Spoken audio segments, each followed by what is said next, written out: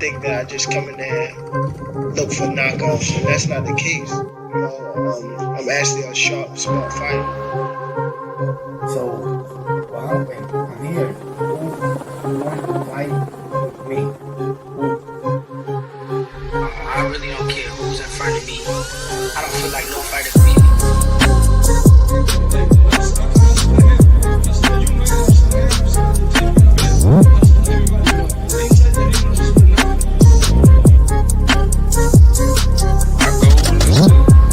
Demolish everybody, to be honest. Everybody that's in my way.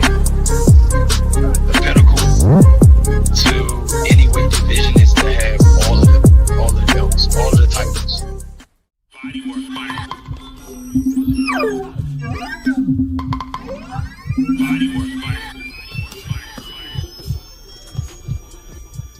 Welcome to Bodywork. Welcome back. It's Michael Rogers. Welcome to Bodywork Boxing. It feels so good to be back. Just another manic Monday. It's like, nah, it's been all right for me. I don't know about y'all. Hope life is treating you good. Oh man, great day. What's going on, AC? Yeah, man, great. Definitely a great day. Salute to you. Salute to the panel. Gotta always give. I gotta always remember this. Give a big salute to Miss Cookie Monster because she's usually the first one in the building, first one to do the mic check. So she's real important to the show. Oh yeah, I don't know where my microphone checker at, but I don't know if my notification went out. It be acting funny sometimes. But with no further ado, man, hope you had a good day. Mine was a little short. My work day was short, but then I got some stuff outside of work accomplished. Did a little bit of running around. I got a new tire, not this weekend, but the weekend before last, and I be driving the work truck. So my truck is weird. My truck don't barely even move no more. So I gotta go out there and start it up and make sure it's good. The tire went flat. It was sitting, cause I don't be really going nowhere no more. So had to go do that, man. But it's been peaceful, man. Man. But I've been thinking about boxing, man, and it's a couple things going on. And the big fight, you can always tell what the big fight is and what everybody, what everybody's attention is towards, because they always talking about it. And we always wind up talking about the Normans and Haney. So that's the meat and potatoes. But I'm going to get into some of the housekeeping real quick before we get into it. Should be another fun show. Yeah, for sure. But housekeeping wise, here we go. Number one, Wardley already negotiating with Usyk for March of 2026. Man, the man was able to. He just lost. He just won. He just got a stoppage win, and Joseph Parker wound up losing on the 25th, and here it is, the 3rd of November, and they already in negotiation, with a tentative date for March, man. If that's not proof in the pudding, Cookie Monster, Bodywork, salute Cookie Monster. But if that's not proof in the pudding as to like the energy we need, like it didn't stop. And most people were like, oh, I'm going on vacation. I'm gonna take some time off. It's been a long training camp. They like, hey, it was the 25th, the 3rd. What's that? 20. That's 9 days. 9 days later, the man is already mic check. 1 2 1 2, sounding great. Okay, cool. I'll be needing that, Cookie Monster. But 9 days later, he's already in negotiations, man, for the top dog. We can say what we want. There was an indictment on the heavyweight division for a long time. A lot of times, you know, people was going around saying that the heavyweight division wasn't much and it wasn't a lot going on. Oh, notifications acting up. Yeah, I knew it. I know they get funky, but we gonna bear with them. You know what I'm saying? I'm just glad you got it eventually. You know what I'm saying? But it was a small indictment on the heavyweight division over the years. It's still an indictment on the American heavyweight division. I think Edwards, the heavyweight, the Olympian from Houston, is probably he's probably looking like our best shot right now. I mean, unless you want to, you know, unless a Jogba get his stuff together, or Jared bounce all the way back. But you know, with the present state, the American heavyweight is down bad. You know, there's a lot left to be desired. This is not the heavyweight divisions of yesteryear. However, here recently in the past year, 2 years, there's been some parity in it. It's been a little it's been getting a little bit competitive. It is heating up. There are some dogs out there. It's just we still don't get nostalgic like we used to get when we had Lennox Lewis and Mike Tyson, Evander Holyfield, and all of them guys, like, and they all had to mix it up, you know. But I would say that it's, you know, right now in the heavyweight division is ran over the pond. Usyk, he came up as a slightly undersized heavyweight by all means. Same way cruiserweight to heavyweight like Evander. It had a lot of success. And I always say sometimes, man, them shorter guys be having the advantage. But Usyk, he can box. You know, he's nifty on his feet. He put Ukraine on the map. And right now, he's the top shot to them at heavyweight. And so Fabio Worley, you know what I'm saying, he parked Parker.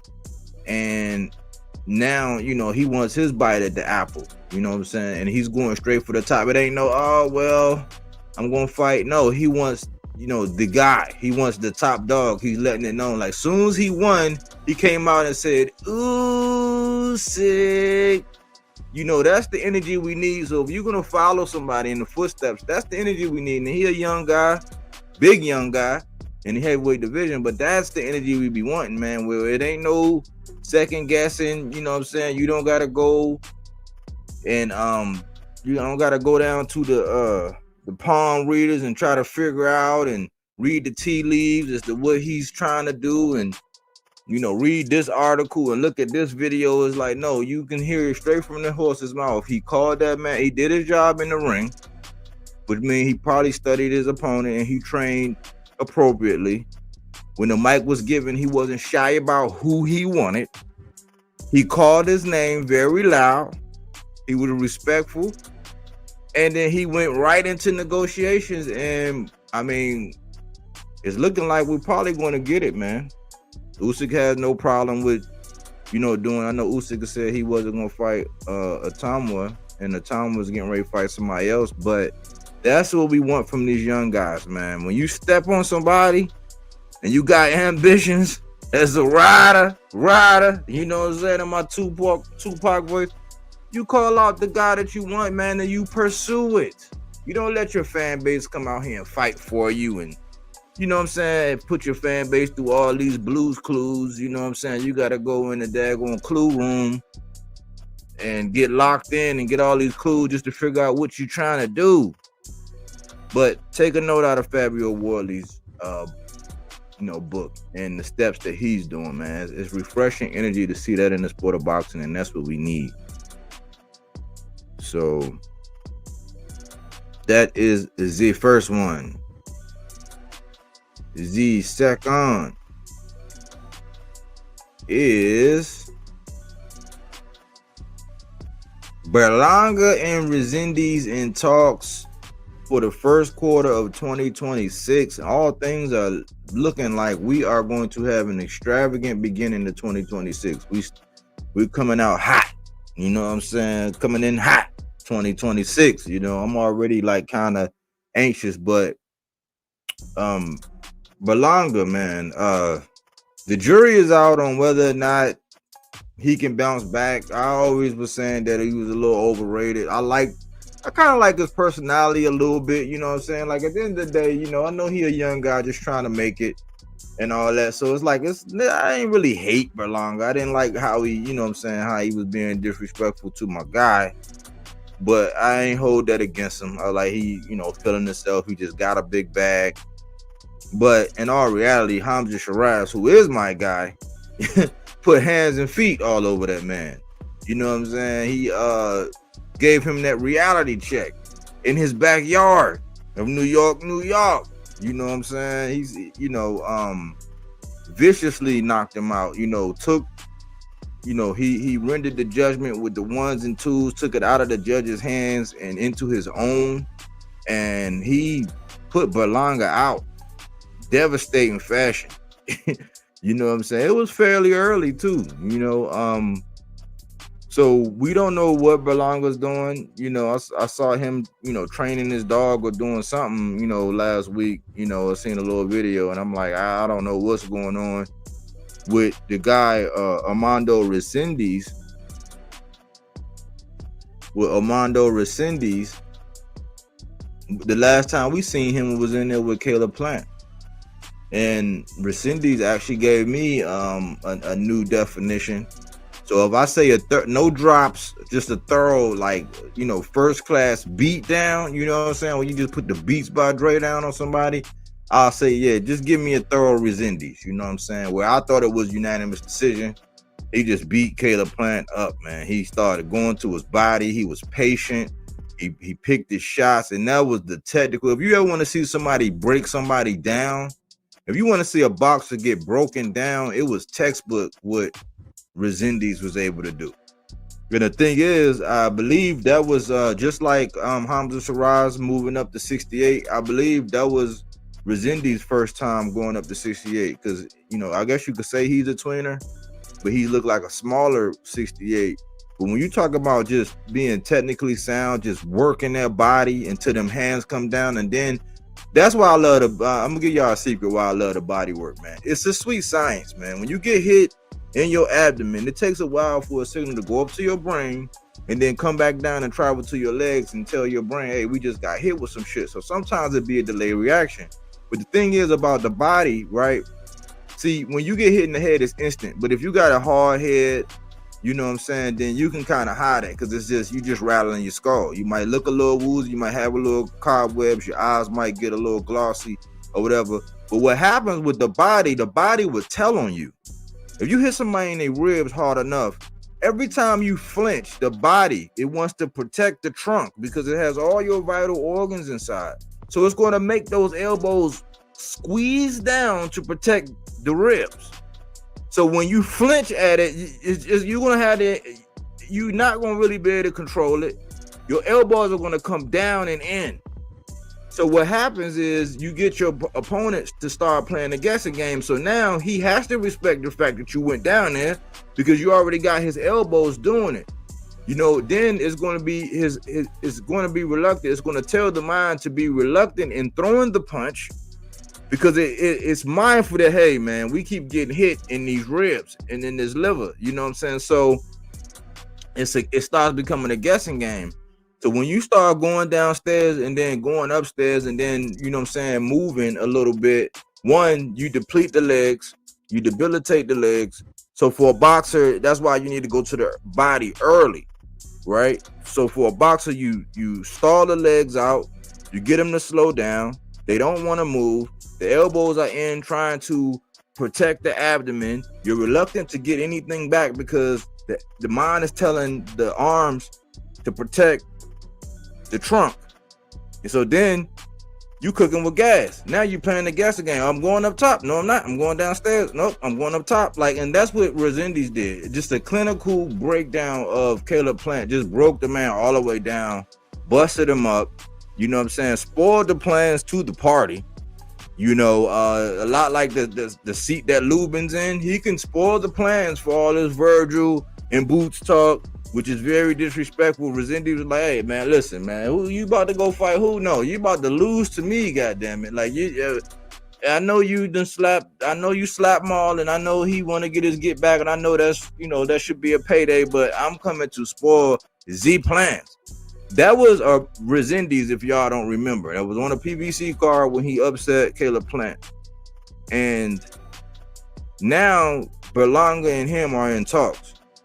Ballsy move for Edgar Berlanga, but I respect it. I have to respect it because he didn't say he want to go another direction, he want to go another way, and the fact that they're actually announcing it means it's kind of ballsy. It means that he's feeling kind of froggy. But at first glance, I don't see him being able to do nothing with Resendiz, man.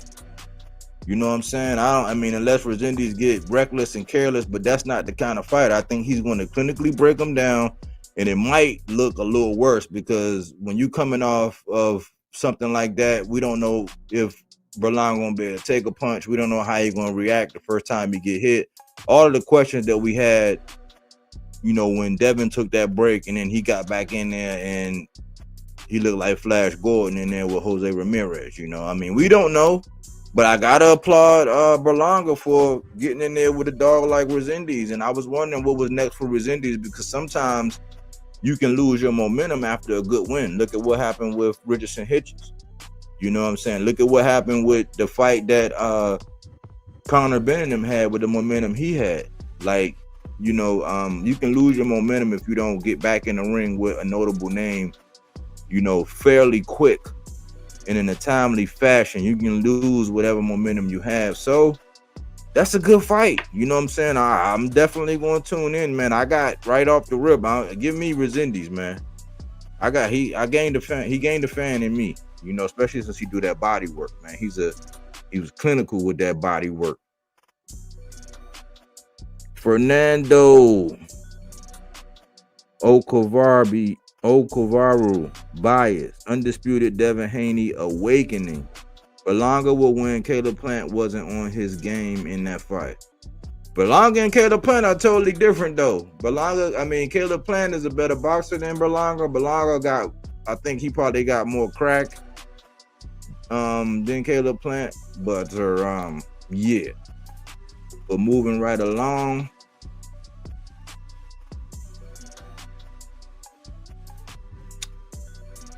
The last one, Morataya, who is the IBF lightweight champion, is set to face Andy Cruz. I think they say Eddie won that purse bid by like 888 grand. And that's set for tentatively for the 21st of January 2026. And I got something I'm gonna go over, man, because I've been saying that I thought that I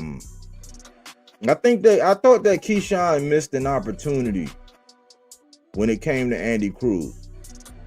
You know, it's this one of them things to where even though Andy Cruz is a grown man, you know what I'm saying, he's up there in age, you know, and he's not going to really grow that much. I think he might eventually go to 40.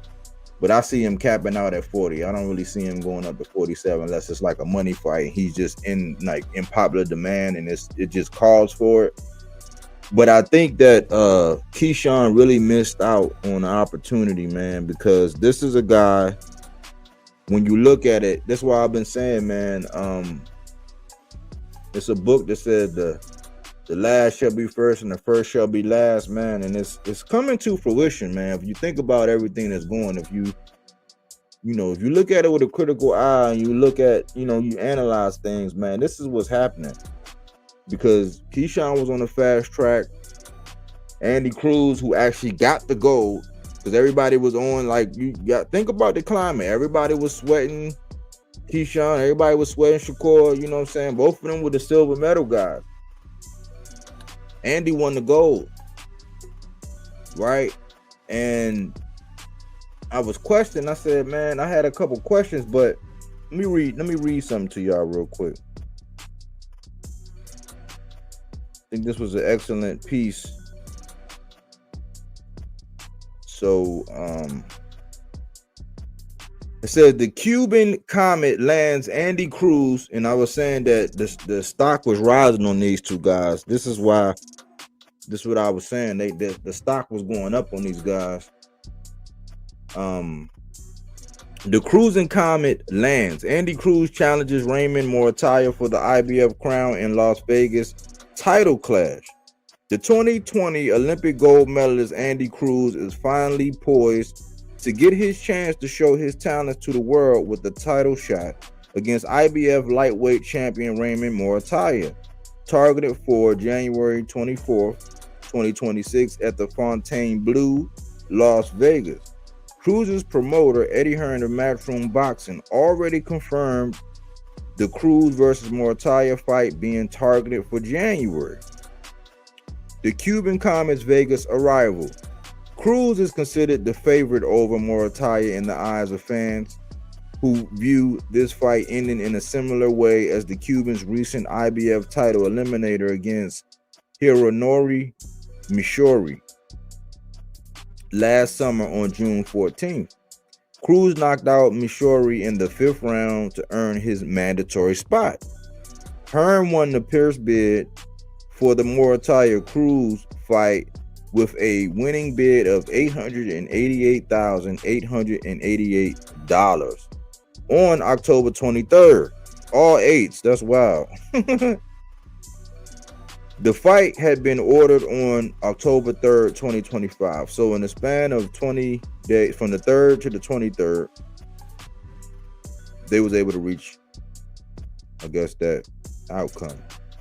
Top-ranked promoter Morataya, 28, is one of the biggest punchers in the lightweight division. He mostly looked impressive recently, knocking out 2 of his last 5 opponents.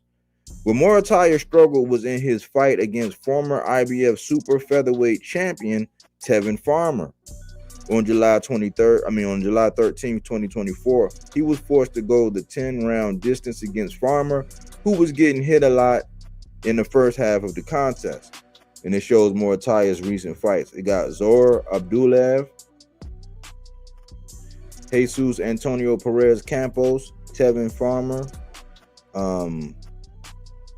Indogeni, Diego Torres Nunez.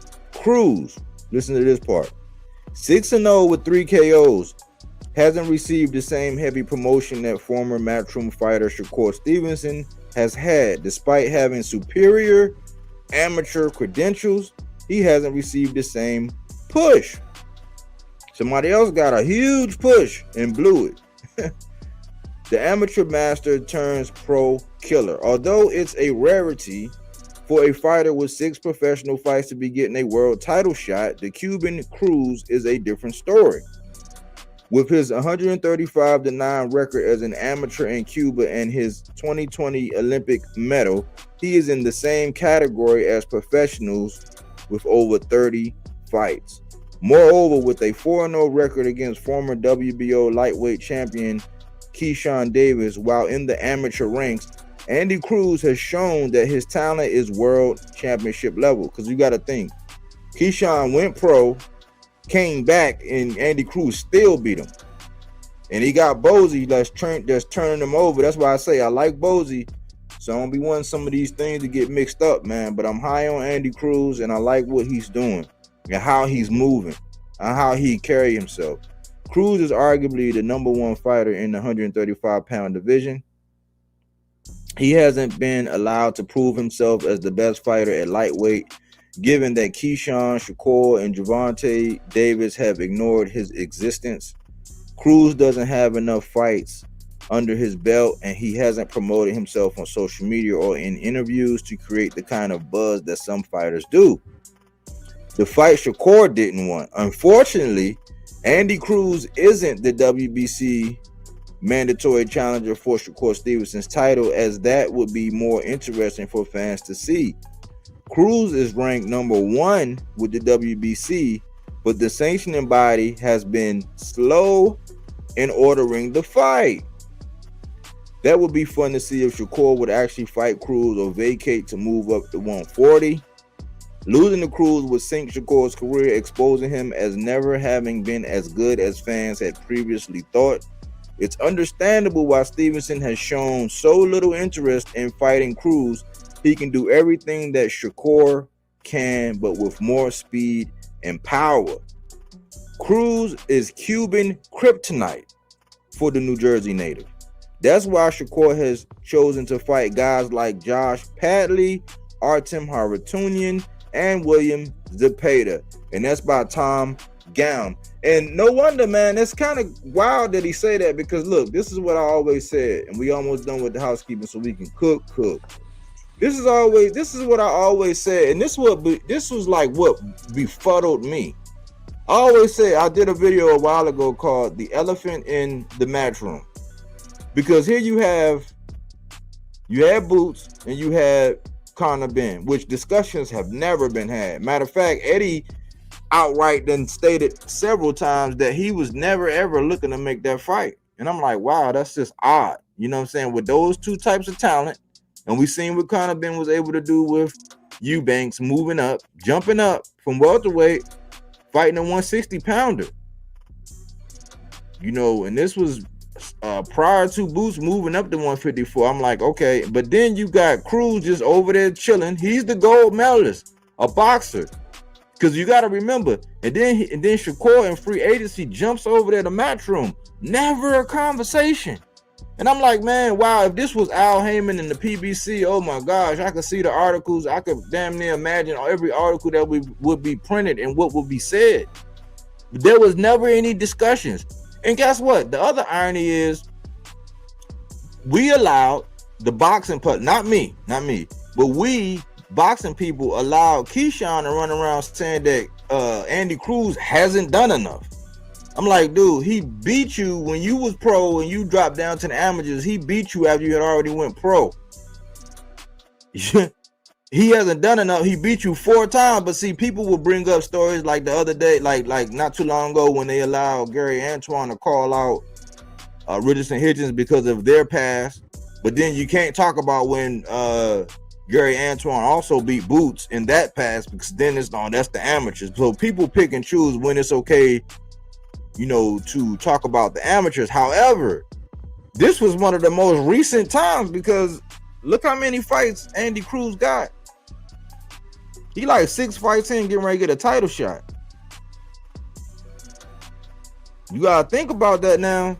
He got the gold, but we allowed Keyshawn to run around and say Andy Cruz didn't do enough, right? We allowed Shakur to run around and say, oh no, me and Keyshawn are bros. We allowed Shakur Stevenson to jump over to another label with a guy like Andy Cruz. And it was never okay, as boxing fans and people would lead you to be, it was never okay for us to ask for that fight. Not me, but it was never okay to ask. And that's why I don't understand some boxing. I don't understand some narrative pushes. I don't even understand how a lot of these people that be out here talking about boxing be actually talking about boxing. Because we never allowed, like, all of that was okay. And so look at what's happening. Because I said when Mr. Gary Russell got up there to 35, you know, after having previously shared the same division as Shakur, you know, and Shakur shared the same division as Oshaki. So now you got Oshaki getting ready to come up there to see Shakur. You got Gary Antoine going up to 35. All of a sudden, it's all this energy for Shakur to go up and go see T.O. When T.O. was the one that Keyshawn was trying to fight all that time. The elephant in the matchroom, man. It's just interesting, man. But the article hit it on the head, you know what I'm saying, and how people get selective about these opponents and things like that, man. It's just food for thought, man. And things that we let certain boxers get away with, things that we let certain promotional companies get away with, things that we let certain fighters in certain weight class get away with. And I'm starting to see that a lot of the time when fighters start looking to move up and do this divisional stuff, when you look to move up, it's a strategic move. It's a strategic, especially if you're not going straight up to fight a champion. It's a strategic move to get out of the way. You can't convince me that it's not a strategic move to get out the way. So here we got Cruz, man. Cruz and Morataya gonna get it. So you gotta look at Morataya. Morataya for the dude that shared the ring with Abdulaev, who shared the ring with Devin formerly. He then came all the way back full circle, and he's making, you know, that's who he fought that eliminator for, right? Morataya fought Tevin Farmer, right? Former champ. I think he was former champ, 3-time champ. You know what I'm saying? So Morataya is getting some good work in. And now, you know, Andy Cruz, 2 young bucks getting ready to get it in. The same stuff that we wanted from Schofield and Abdullah Mason, but Schofield said no. Turned down a meal. Turned down a meal. And that was 8-8. That was 888 for that whole fight. Schofield turned out a meal for Abdullah. And they're going to be strategic, hoping that something happened with that belt that Tank got, and it's going to land in their lap. And then they're going to run around like pansies defending it against, you know what I'm saying? I don't know who they're going to defend it against. But if they're moving this particular now, and they don't want to risk the biscuit now, I always ask, what kind of champions are they going to be? I think when Andy Cruz get it, now I don't agree with everything about Andy Cruz being the number 1 lightweight in the division, you know what I'm saying, respectfully. But I do think that it can be argued that he might be the number 1 boxer. You got to think about it. If the game is called hit and not get hit, and the Olympic system is the way it is, and it's very rare, like Andre Ward got it, but Floyd got the silver, you know, and we know there was robberies and stuff like that. But if the game is hit and not get hit, and you got those great feet and you can hit and not get hit as well as Andy Cruz, you might be arguably the best pure boxer in the division. That remains to be seen. I mean, the fight's got to go down, but it's an argument for it. Especially adapted to the pro style. I don't ever think he's going to be just the one crack knockout artist. I think he's going to be I'm going to frustrate the shit out of you. I'm going to outpoint you. I'm going to style on you. I'm going to get you all frustrated. And if you make the wrong move, you reach, I teach. You know what I'm saying? I'm going to make you miss and make you pay like that. I do think he can do a lot of things that Money May did. The way Money May, I do think in time he can do a lot of those things because he got that salsa, you know. But that's the housekeeping, man, for right now, man. AC, what you got, brother? Yeah, man, I'm gonna start from the whole Andy Cruz thing. Here's one of my biggest issues. In the article, he brings out what we've been talking about as far as why is it taboo to either ask for Shakur to fight Andy Cruz or Keyshawn to fight Andy Cruz. Now, here's the funny part. When I've been on other channels and stuff like that, and other heavy Shakur channels for the most part, and I'm asking, why can't Shakur fight Andy Cruz? It's a lot of groaning and mumbling like, bro, that makes no sense. He ain't did nothing. The dude only got like 3-4 fights. I mean, come on, man. I said, whoa. Loma fought Gary Russell with damn near the same amount of fights. So what's the problem? I mean, if you coming through the door with that pedigree, you feel what I'm saying? It makes no sense. So I'm a big time A-list celeb. I'm at your C-list club. You gonna make me wait in line when I pull up? Is that good for business for your club? So that's the whole point. The gold medal makes you an A-lister. That's why they get to move the way they move when you got that gold medal and you got an impressive record. You feel what I'm saying? So if it's not good enough for Shakur, and that's Lil Bro's business to handle, right? Mm-hmm. But we keep seeing time and time again, Keyshawn don't want no part of that man. He don't even want to give that man a shake his hand after he respectively won a good match and he came down to give both of you guys praise. Like, I acknowledge you two. You may not acknowledge me and say all the stupid shit online, but I acknowledge you two, because as I'm coming down these steps, I want to make sure both of y'all see me. And I thought that was gangster the way he did that. You feel what I'm saying? Put both of them on the spot to where Keyshawn tried to ignore him, to where, you know, it's like, yo, he behind you. Oh, let me give you a little dap. You feel what I'm saying? And I'm like, Keyshawn, that shit looked really suspect right there, bro. That shit you just did right there looked really suspect. So my thing is if you are him, are you afraid of 5-0 on his side? He could possibly beat you 5 times. Is that what it is? Because if you're confident within yourself, you will say, you know what, you beat me 4 times, I'm gonna get that get back. You feel me? Both of y'all young enough to where hey, the crowd may want to see you and this dude fight 4 more times to get it back. You feel what I'm saying? Depending on the dynamic of the fights. And just to cap that off, I'm gonna be bold enough to say this. Everybody's talking about how everybody ducks Shakur. I'm gonna say it right here. We seen in blatant language Shakur and Keyshawn duck Andy Cruz. It's just, you just have to accept that. If you wanna say all of this other stuff about everybody ducking and all of this other stuff.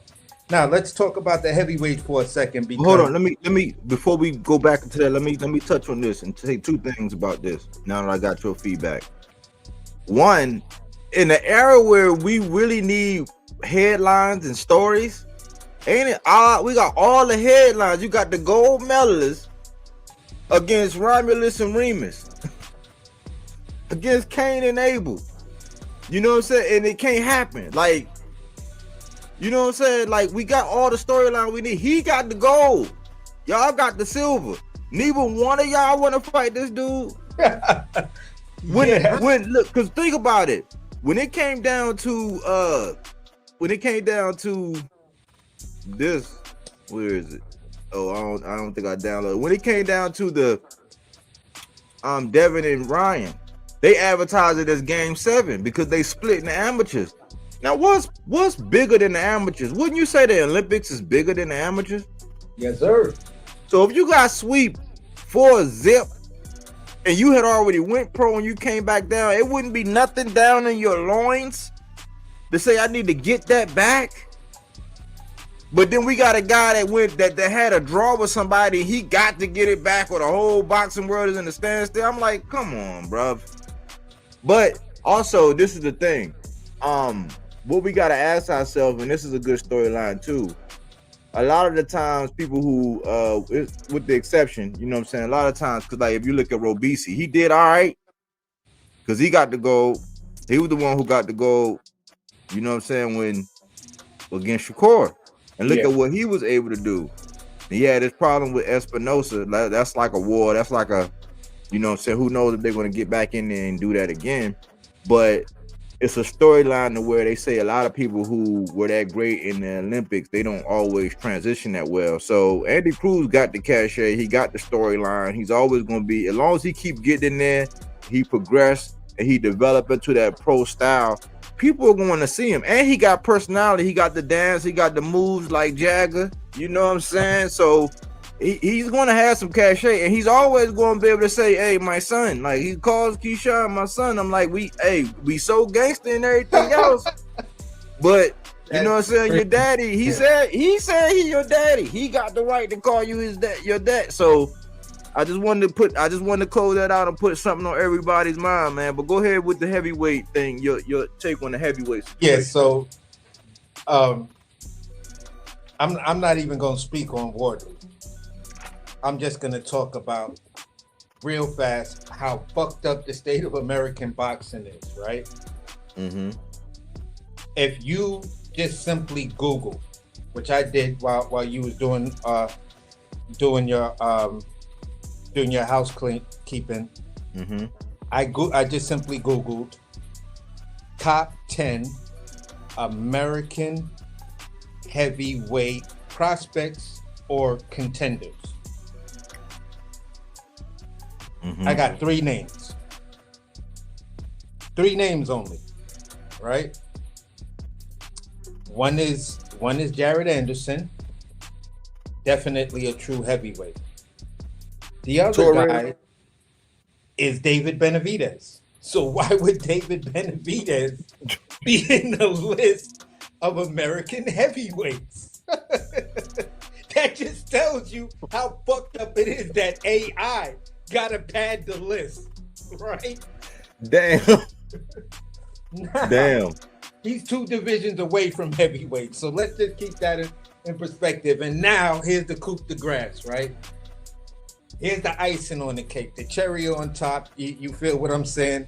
The happy ending of a massage, right?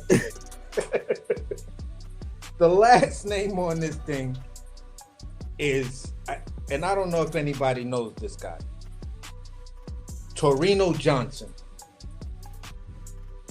Torino Johnson, right?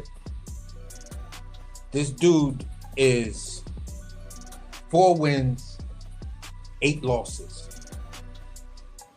So just think, he made the top 10 USA heavyweight prospects or contenders, right? He's 4-8, 12 bouts. He has a 0% knockout ratio. He's 28 years old, right? His last fight was a loss to a guy that was 8-1, right? He lost to a guy that was 4-3. He lost to a guy that was 2-1. Now, these are unanimous and split decisions of a 3-round fight. But they got this guy on the list of top guys. So basically, you know, the only information you can find on this dude is his amateur box run. That's how bad the shit is, bruh. And that's just like, AI, why are you trying to clown US boxing? You got AI seriously out here clowning US boxing. So with that being said, let's get on some happy shit and just talk about, let's get into this topic. Okay. Yeah, man, that's an indictment on the heavyweight division, man. But I want to have some fun, you know. So I'm having some fun, you know. I hope nobody don't take me too serious, since I'm just a little guy. I'm just a fledgling channel, man. You know. But we be talking about this, you know, the Norman versus Haney fight, and it's almost like Greg, the boxing guru, trainer, coach, Greg Hackett, 4-22 with 2 getting knocked outs and 1 draw, believes that Brian Norman Jr. will overtrain preparing for Devin Haney, which will lead to a knockout loss. I can't make this up. So let's hear from Greg now. Let's see what he has to say about this. Let me see, man. You know, just like boxing, man, I gotta protect myself at all time, you know what I'm saying? Copyright disclaimer. Under Section 107 of the Copyright Act 1976, allowance is made for fair use purposes such as criticism. A little bit of criticism in what I'm getting ready to do. Comment, news reporting, teaching, scholarship, and a little bit of research. We're gonna do some research. Fair use is use permitted by copyright statute that might otherwise be infringing. Nonprofit, educational, or personal use tips the balance in favor of fair. So all I want to do is tip the balance in favor of fair, guys. That's all I want to do, guys. Hold on, guys. Give me a second, guys. Let me pull this up, man.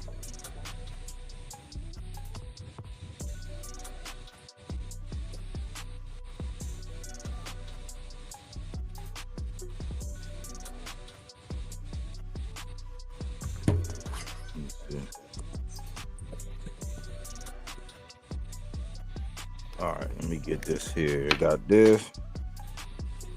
Got my volume. All right, so check this out.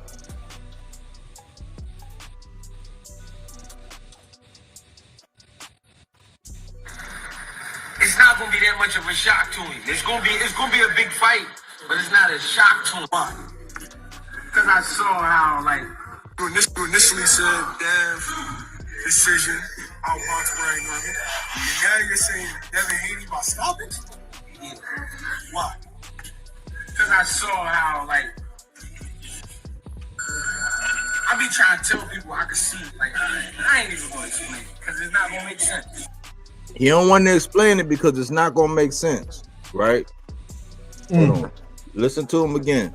Initially said Dev decision out box brain on it.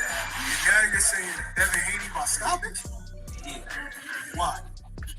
Because I saw how, like, I be trying to.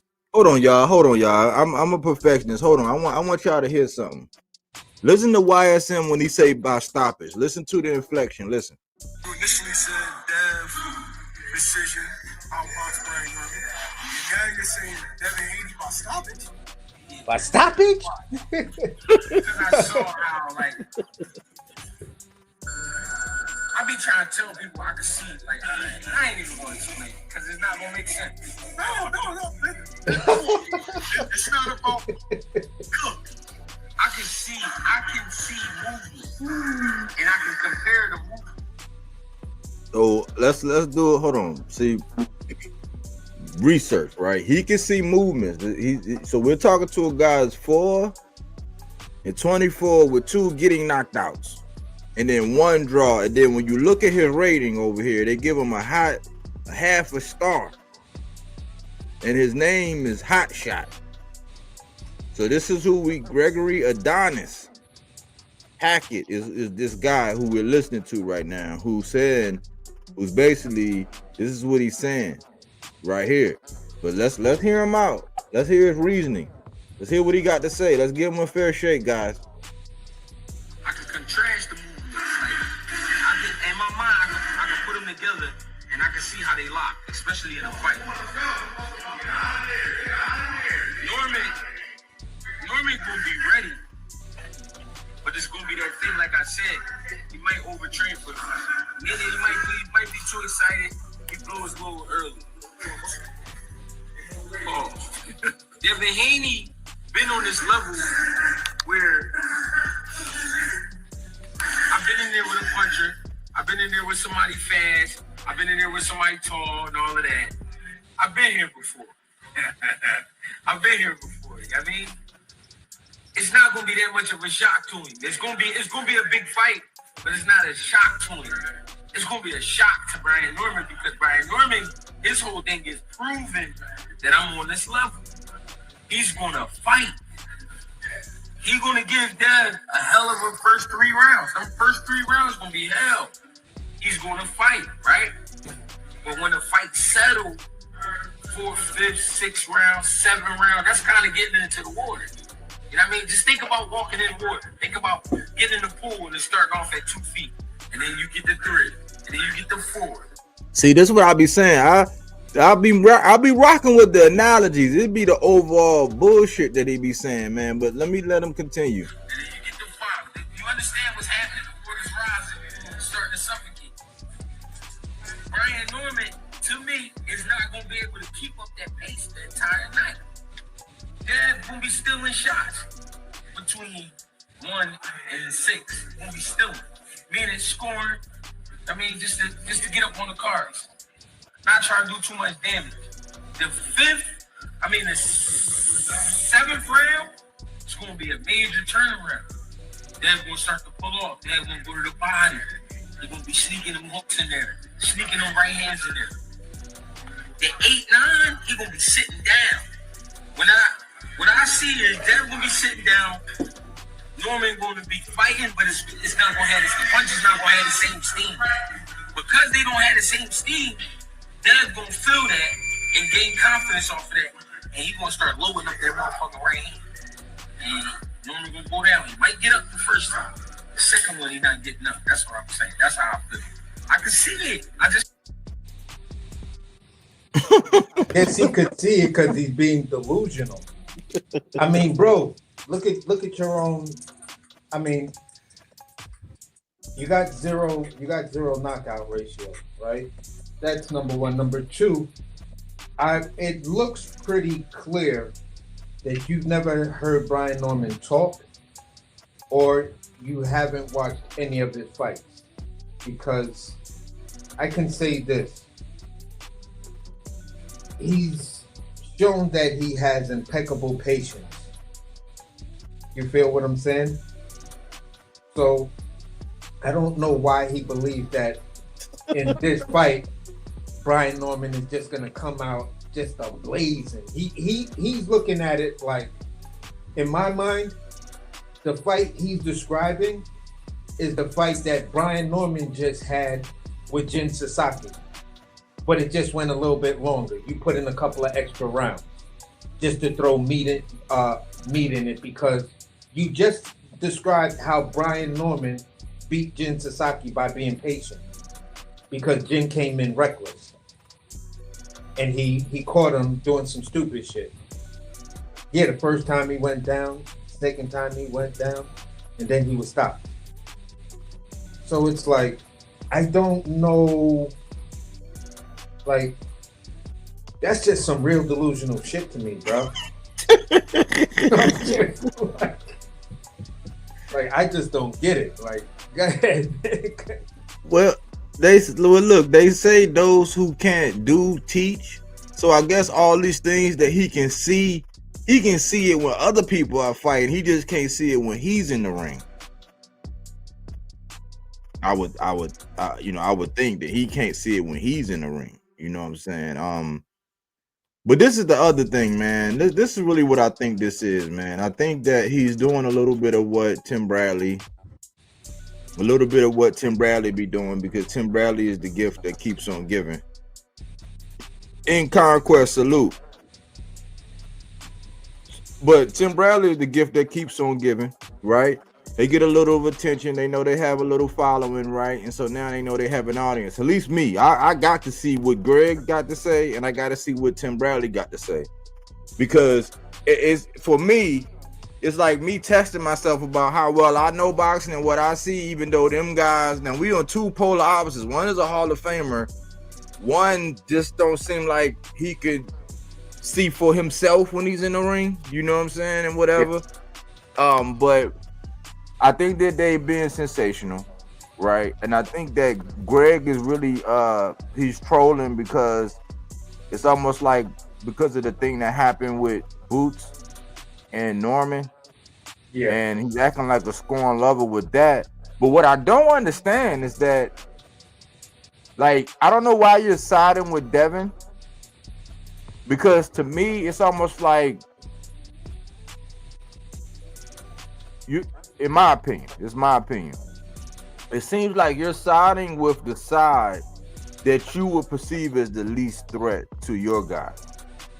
But your guy is supposed to see both of these guys. Your guy got unfinished business with both of these guys, because according to reports, there was an offer sent to Devin, and it was for 152. So you wanted to, you was okay with fighting Devin, but you wanted to get him at 152.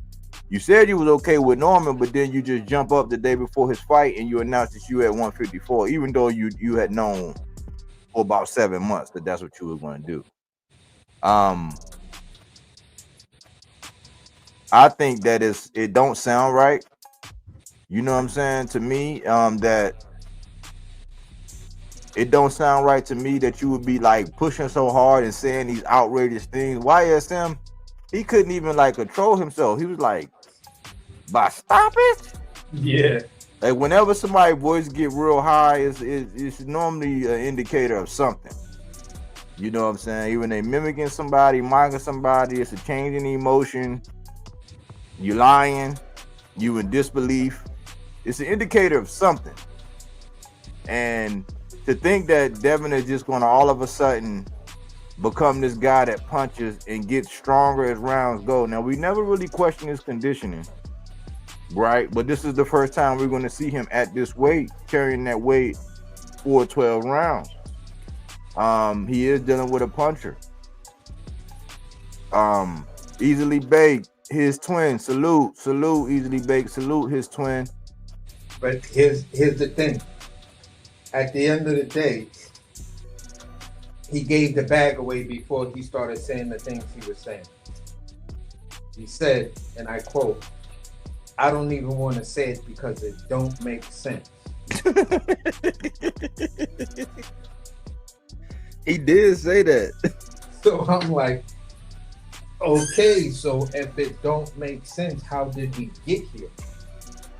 You know, how do we get to where you got this picture, and then to say it out loud after you said it out loud to yourself, after you had this daydream, afternoon sleep, afternoon nap dream, or evening dream, and you woke up out of a cold sweat and you was like, Eureka, that's the cure to cancer. And you just said it out loud to yourself, and you was like, oh, hold on. That shit don't make no kind of sense. But then you go someplace because you were given that platform, and then you regurgitate it. The mere fact that you said this, how many times have we talked about a actual cognitive dissonance? We talk about that quite often. And that right there is the perfect example. You know this shit don't make sense, but yet you're standing on the fact that you believe something that your own mind is telling you, whether it's your conscious or subconscious, is telling you, bro, chill. That shit don't even make sense, man. Don't even say that. And then you said, you know what? I don't even want to say it. And then the dude didn't even coerce you to say it. It's like he said, listen, I'm a millionaire, but I'll give you 2 pennies if you say that shit that just don't make no sense to you. And you say, all right, give me the 2 pennies. I'm gonna call your bluff, give me the 2 pennies. And he put 2 real pennies in your hand, a shiny one. You feel what I'm saying? The 2025 ones. You grab them, put them in your pocket, and you just start spilling the beans. Unsolicited. Like this is unsolicited. This is how I'm like, look, Greg, man, stop trolling, bro. You gonna get Devin and them fucked up, because I hope he ain't buying into this shit, man. Devin is not. This is what I was saying the other day when we touched on this subject. Devin is not a knockout artist. Like, if you're listening to me right now, Devin, say it with me. I am not a knockout artist. I am a pure boxer. I am not a knockout artist. I am a pure boxer. That's your identity. When you get outside of your identity and you start trying to be something that you're not, you get yourself in trouble. Yep. You know, a lot of time it's called identity fraud. You know what I'm saying? And you will get sat on your ass bad, and you cannot afford to do that. I rewatched the Jin Sasaki fight earlier today, and I was looking because Calico, he forced me to go back and try to see if I can see some flaws with Brian Norman. And when I went back and I watched that Jin Sasaki fight earlier, I said to myself, because I was looking, I was being extra critical, and I said, well, I could say, well, maybe it looked like he might leave his head on the line, right? Maybe that. I saw where he do have that wide base, but I said that wide base, it can be deceptive, because every time when I was looking at how he was moving with that wide base, I was saying to myself, I was like, well, that's kind of deceptive, because every time I look down, he's closing them. So his feet, it looked like it. He kind of likes to stand like that, but he's not like that all the time. That's deceptive. And the other thing is, he may allow you. He's the type, like a lot of the greats who understand this. He may allow you to get yours off, or he may be willing to take that to get his off. That's the exchange. And that's the thing I was talking about yesterday, to where he'll throw his shot, but he has the ability to take the half step back, because I've seen him do shit like that. But if he don't respect your power, he'll just stand there and lean back and turn his head away, taking some of the steam off of a punch that doesn't even have a lot of steam to him. And then he'll just come right back extra fast with his counter shot. You feel what I'm saying? That's what he kept on doing to, I don't remember the name to the opponent, but the dude, he kept on fucking up with the uppercut. You feel what I'm saying? The dude would throw his punch, and then B. Norm Potts probably told him after he throws his punch, he's right there for the uppercut. So let him throw that shot at you. So he catch the shot, boom, and then come right back, boom, and then hold him right there, like pro with his lean hand, and just catch him again, boom, and then you seen the dude go down, and I was like, there's something right there. I see what the hell he doing with, and that's one thing. You feel what I'm saying? That For me, when you get to that high level, I gotta see how that translates. You feel what I'm saying? I gotta see that strategy, or are you gonna start to unfold the wrinkle of just taking that half step back or rolling up under that shit or something like that? So we'll see. The other thing I wanted to point out was, I don't know if you know this cat Tony's Reviews, right? Big bodybuilding dude. I talk to him a lot. He's a funny dude, big guy. He said he boxed in the past, blah blah blah. He always made an interesting point where he would always say, "Listen, if you're a guy who is a boxer by nature, you don't carry a lot of power. If you are moving up in weight, now you have to start to rely on more of your boxing than the little bit of power that you carry." Because he said, here's the thing, when we know power punchers, when they move up a weight division or 2 weight divisions, the first thing we ask is, did their power carry with them as they moved up? This is one of the criticisms we're seeing in Teofimo Lopez. Because at 140, it doesn't seem as though that power or the ability to deliver that power is translated at the heavier weight. So if we're going to be strategic about this, and we're going to listen to a guy like Greg Hackett in his assessment, let's be real about Devin Haney. Devin Haney is not a knockout artist. He has some power. You feel what I'm saying? And that was early on. We haven't necessarily seen him in fights as of lately, to whereas he's been able to deliver that power. Because George Kambosos was a much smaller fighter. You feel what I'm saying? And he beat George Kambosos the first time to actually become undisputed with basically just a jab. The second joint, he tried to stop him, but that power didn't translate because, again, he's at a weight he shouldn't have been at. At 140, he caught Ryan Garcia.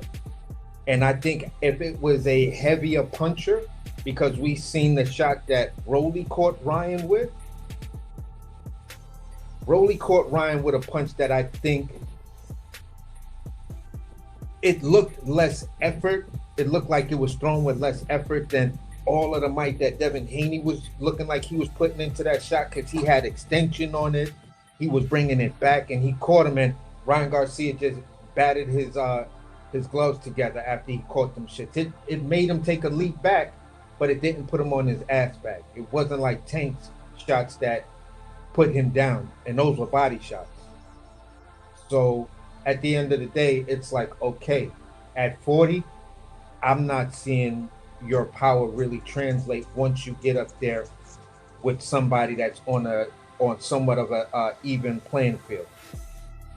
Let me say this, because we have tainted all of our samples, have pretty much been tainted at 140, and now this is at 147, but the sample size at 140 was tainted. Yeah, I'm gonna tell you why. The one for Ryan was tainted because the Osterring. Yeah. Right. So we gotta say, all right, cool. Like if it can't be in your system, even though they said it was levels that was consistent with contamination. Either way, okay, cool. We throw that out, no contest. So we're gonna act like it's just like in court when they say sustain, and they say jury, they basically tell the jury disregard. It's like, well, the jury heard that shit, so we saw it, but we're gonna disregard. You know what I'm saying? We're gonna try to be a good jury, right? The Jose Ramirez fight, that was at a catch weight. Right? And he didn't fight his typical style, and everybody was saying that okay, he needed to shake it off and see, get back in there, get his feet wet. It's been a year. He need to get back acclimatized and all that. And okay, cool. So we're gonna throw out that sample size. The other sample size we got is the Regis program, where everybody, and that's what everybody say. Oh man, it's gonna be Regis, because they've been saying Brian Norman is Regis 2.0. there is a fatal flaw in that, in which we need to address. And whoever, like, if Devin is your cousin, you know what I'm saying, tell him this right here. Listen, we can't really say that what you did to Regis is right and exact. Why? Because people forget this, and I didn't have this the other day when I said it, but like a picture is worth 1,000 words. Look at this.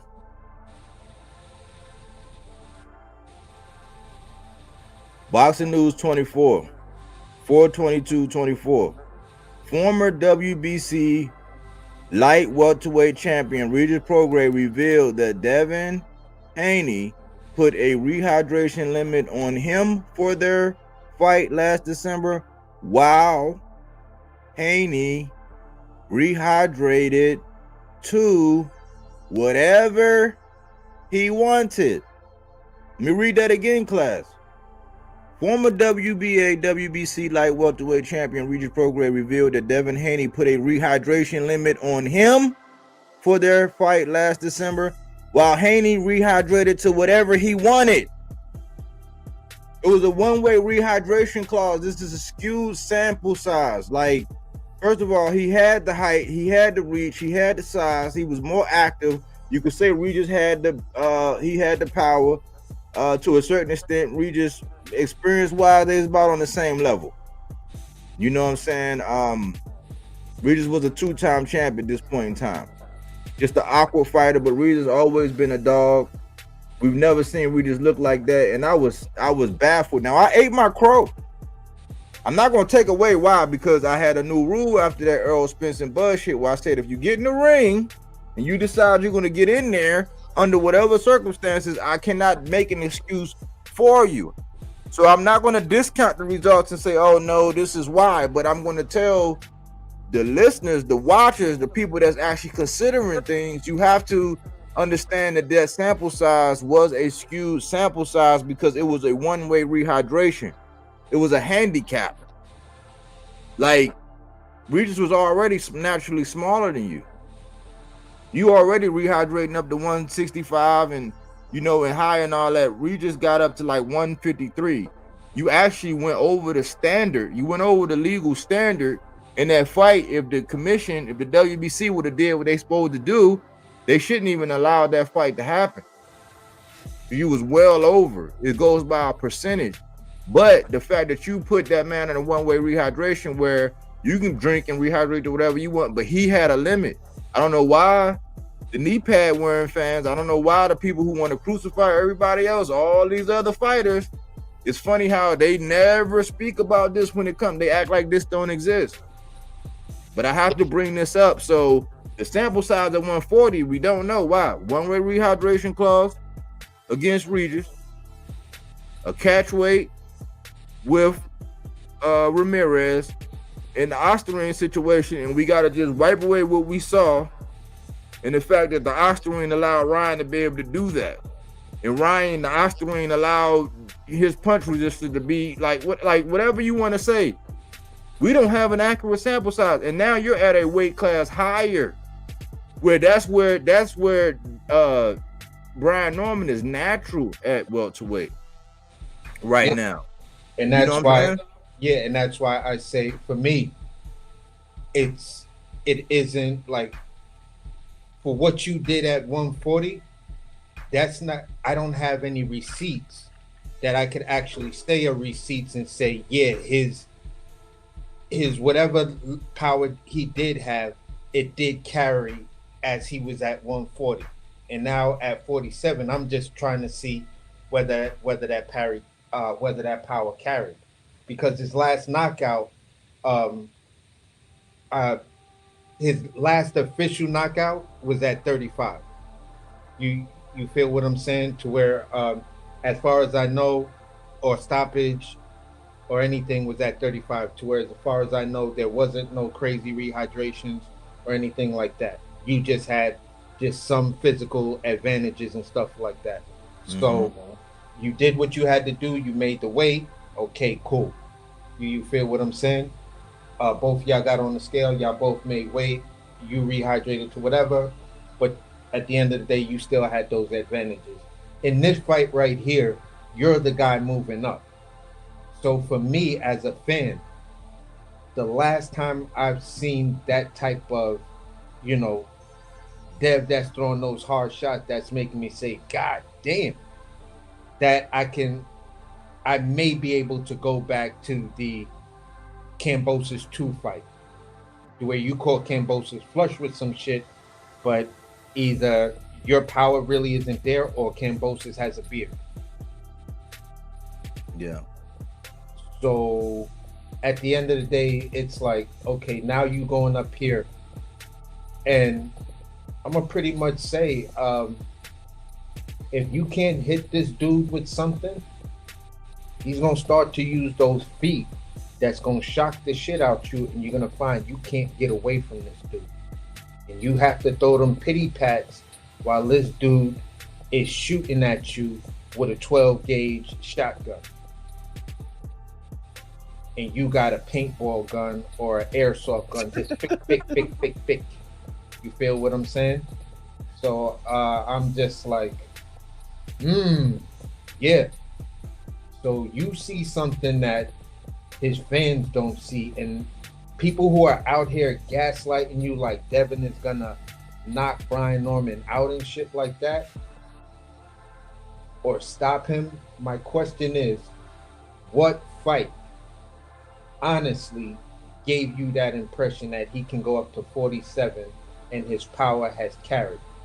I'm gonna tell you how they think.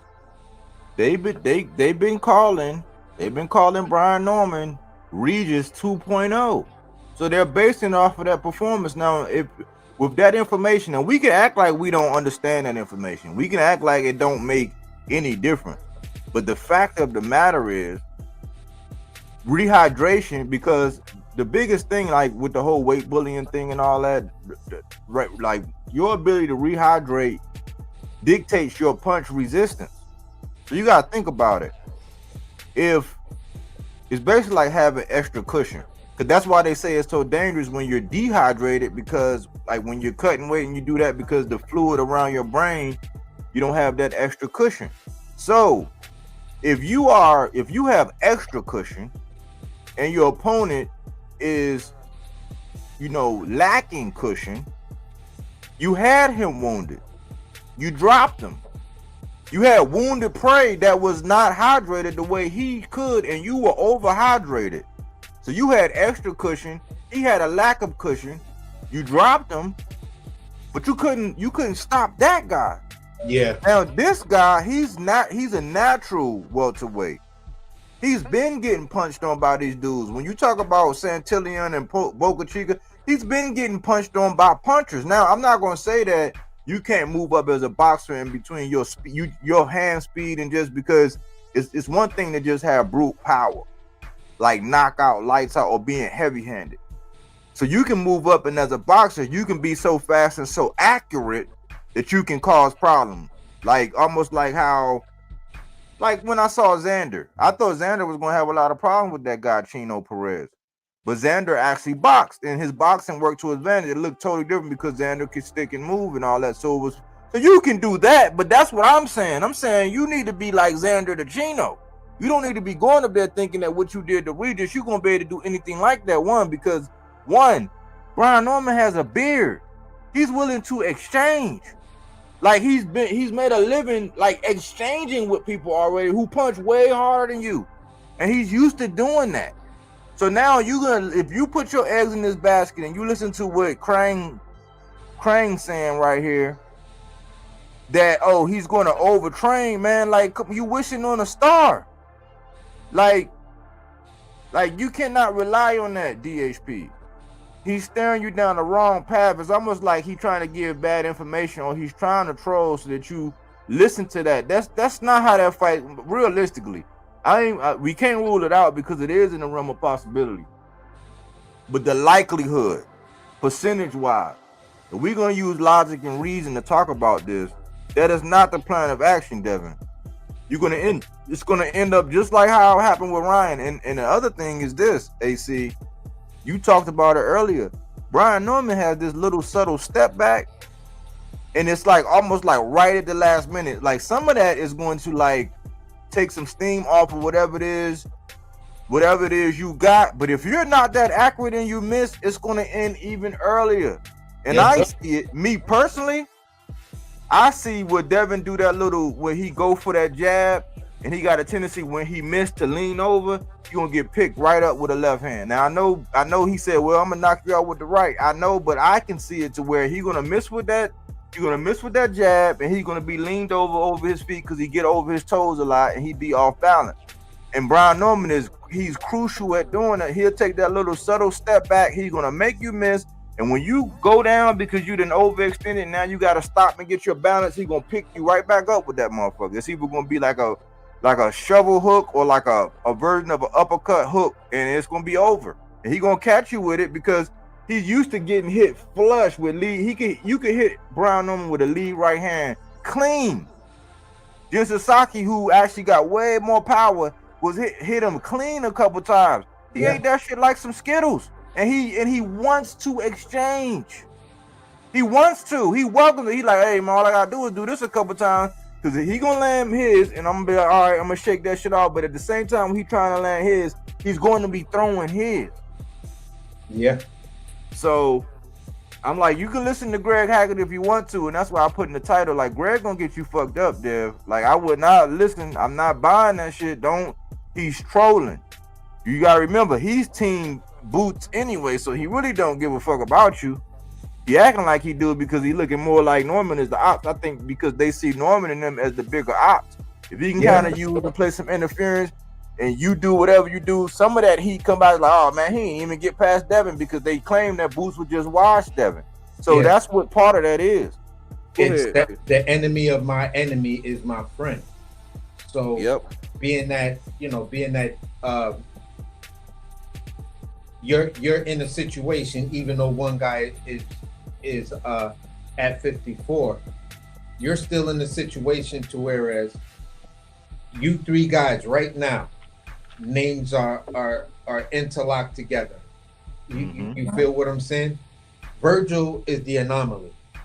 You feel me? So Virgil, for us that know that situation, know that we're not even gonna put him in the circle. I mean, we're not even gonna put him in the conversation. Right now, it's Dev, Brian Norman, and Boots, because this is what some of the Boots fans have decided to support Devin Haney.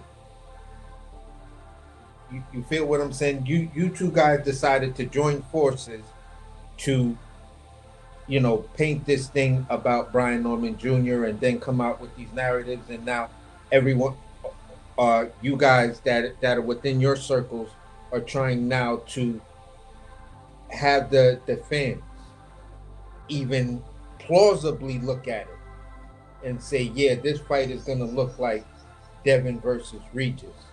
We saw how Dev looked when he went up to 140, and he fucked Regis up like that, dropped him and everything, and got the unanimous decision. But with Brian Norman, he ain't even on Regis level, so he gonna get stopped.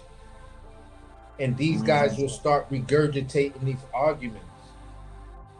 Because I've seen people that weren't Devin Haney fans now come out and say, yeah, I think Dev just might stop. I think Dev just might stop Brian Norman. Like, he could do it. You can't say he can't. Like, yeah, anything is possible. It's possible that I take $1 and play the lotto and I get a quick pick that wins me the jackpot. Possible. The likelihood of it, I don't know. Just read the back of the lotto ticket and it'll tell you the odds on that shit. So for me, it's like, yeah, if you want to tell me that shit is possible, fine. It's cool. It's cool, it's possible. But is it, like I learned in math, what is more likely? Right, the probability like that happening. Yeah. So if I had to put things in a simple equation of what you're saying, I can take this shit all the way back to elementary school math. The two alligators. Greater than, less than, or equal to? Is it a greater than possibility that Devin Haney's going to knock Brian Norman out? Is it less than of a possibility, or we're going to say it's just possible with equal to? And however you want to answer that question, that mathematical question, fine. But more than likely, we're going to get a higher percentage of people saying that's actually less than, because there are people who are out here thinking rationally. Like, yeah, I haven't seen Dev knock somebody out in a minute. So, And we know that in life it's fight or flight. And Mike Tyson said it best. Everybody got a pan until they get punched in the face. So the minute you come out and somebody hit you with a shotgun jab, you gonna be like, oh shit, and them feet gonna get to moving. What the fuck did he just hit me with? You know what I'm saying? Like, and that was his jab, and that's what you're gonna be asking. That was his jab. Oh no. Do you feel what I'm saying? Because, and I'm starting to think the dude Jen had a chin, because when I looked at it again today, I said, man, bro, when you see some of that shit that he was hitting him with, I was like, that shit could have ended even earlier, because he barely missed a couple that would, like, he could have really, like, we seen that he cleared out some of his memory bank. He cleared his cache for a second, for a couple weeks. But if he would have caught him with some of that hot shit he was throwing earlier on, oh my God. For real, I think that might have been career-ending type punches and shit like that. But for me, when if I'm gonna try to even think of rationalizing what Greg Hackett might be like, is there a point of where what he's saying? And I've heard people say, no, the problem is Brian Norman got to fight all of those rounds. He got to be in it and stuff like that. So I'm like, okay, all right, okie dokie. When was Devin Haney a pressure fighter? The come forward guy that's throwing punches in volume that you got to seriously sit there and fight him off. Otherwise, he's going to get on you and he's just going to blah, blah, blah. Tell me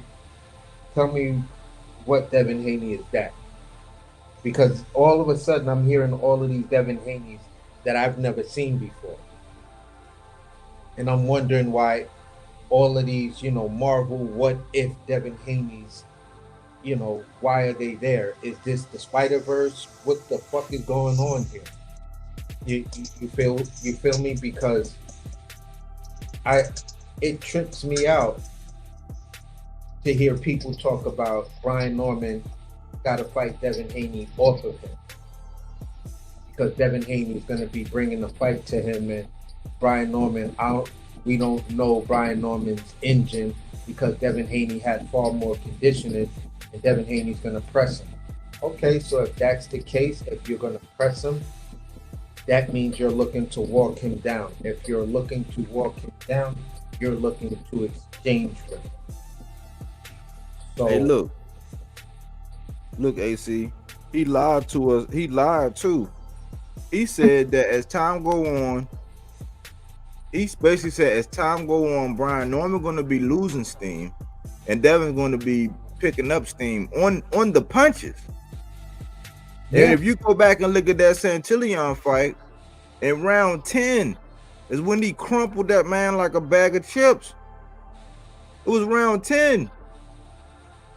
I'm like, man, y'all listen, like the OnlyFans and all that. Like I said, like the BFs of the world and all this stuff, where y'all want to act like y'all blind, deaf, and dumb, and y'all want to put y'all head down in the sand, and y'all want to act like, oh, this is that, and oh, he ain't never faced nobody like Dev. Like, okay, that's true, resume wise and all that, but that shit don't come in the ring with you. Yeah. Bud just showed that. He just showed that don't matter. Like, he just showed that. He just showed that. And people are going to look at the thing like, well, Bud was the one jumping up, and they're going to say, oh, well, Devin the one moving up. But you're missing the illustration. he just showed that sometimes it don't matter if you've been in a ring with somebody that had all those accolades and all that. Yep. And the experience and all that, because that's what everybody was saying with the Canelo. You know what I'm saying? You would think, I was thinking, oh well, yeah, he has been in there experience with this and this and that. He has got hit by punches. He has, okay, cool. So they doing it in reverse now, except for the fact that Devin is moving up and they're twisting it around just because they want that outcome. And as bad as you want that outcome, it's like the psyche once again. Yeah. It don't matter how many times you say it. You know what I'm saying? Like, it's not gonna happen. Like, it's not just because you keep saying it over and over again. Devin needs to believe that he has the possibility, but if you're gonna be realistic, you would have a game plan that's tailored towards Devin's strength. Devin, you know what I'm saying? He has decent feet. You know, he does have good cardio. You know, he is opportunistic. He knows all the little nuances. Like, he knows when to clinch. You know, he can, like, and he does have the ability to be able to stick to a game plan. It just, he has to be reminded, like, no, listen, don't try to please the crowd. Don't, you know what I'm saying? Don't try to be a crowd friendly fighter and all that. It's like, it's kind of too late for all that for you. Your style is your style at this point. So you need to fight your fight. And my old head, my father-in-law said this one time, and it stuck with me. He basically said, I forgot who we were talking about, but he said he got us. Well, I think we were talking about Devin. I think we were talking about Devin and Regis when we was analyzing it. And I said, man, what do he got to do to win? He said, man, Devin got to stick to what got him to the dance. Like, you got to stick to what got you to the prom. You know what I'm saying? To the race. Like, you got to stick with what got you to the finals, what got you to the championship. You are a boxer mover. You stick and you move. You defensively sound. You know, you're opportunistic with your punches. You know what I'm saying? You move. You know, you don't take unnecessary punishment. You don't stand right there in front of nobody. Like all of the basic fundamentals that they told you. And then as time goes on, you be more opportunistic and you take a little more risk as it goes. Like, for the style that you got and the power that you got and the tools that you got, you take more risk as the fight go on, depending on the situation. But you are not a guy that can stand there. You're not a power puncher. You're not cracking like that. It's a false sense of confidence. Yeah. Get that shit about Regis out of your mind. This is not a Regis. Like, it's going to end early if you go in there thinking that this is Regis. The fact that his arms is way longer. That's like, when you in range to hit him, he can already be hitting you because he got the longer reach. And he's more confident to stand there and let you get him just to land his. That's even more dangerous. Yeah, now I've been looking at something. The last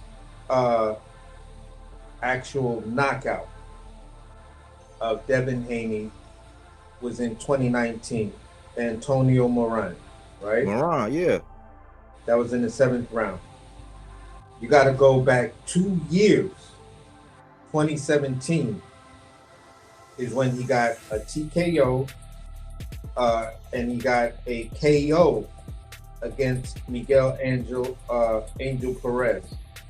You feel what I'm saying? In an 8-round fight, stopped him in the 5th round. The guy was 8-5-2 when Devin fought him.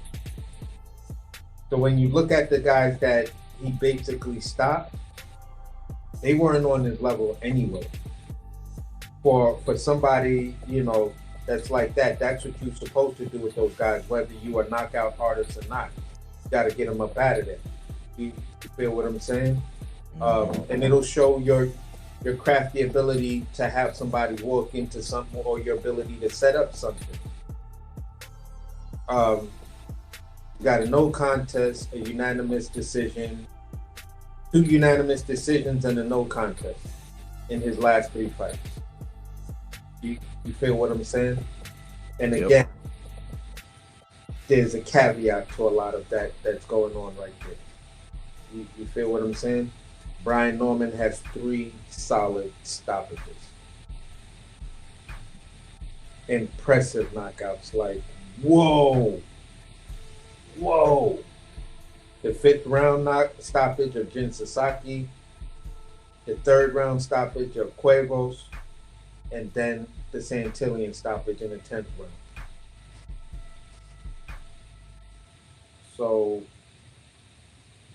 for me, greater than, less than, equal to. For me, I'm going with a greater than chance that Brian Norman has the ability to stop Devin Haney than anything else. Although, again, like, I'm not liking the film that I'm seeing as far as how they're training and working with Devin Haney. I would have been way more happy if you would have, maybe this is just a false sense of whatever. You just showing him doing all of this stuff, for the short little clips, but outside of that, he's working on the footwork, he's working on the double and triple jabs and things like that, which then is going to make the fight even more interesting for me, because it's going to be that thing that I said that, what's the name said about, yeah, you can throw a jab, but can you take a jab? Because you may have the more technical looking jab or whatever. I don't know the word that I'm looking for to describe it, but he has the ability to throw that jab and then throw that jab to the old school boxing term of a stiff jab, the jab that busts you open. You feel what I'm saying? And I've seen him throw that type of jab 2 and 3 times. So for me, I'm like, I don't know, you know what I'm saying?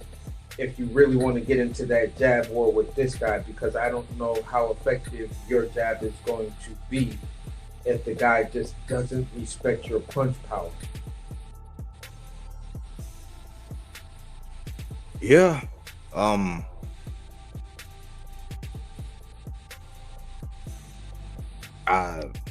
I don't even know what to say, man. I mean, you got a decent jab. It's different when you're worried about what's coming back. And the last time we seen him fight, he was worried. He was concerned with what's coming back. I don't know. I mean, you can work on that in training camp and all of that. But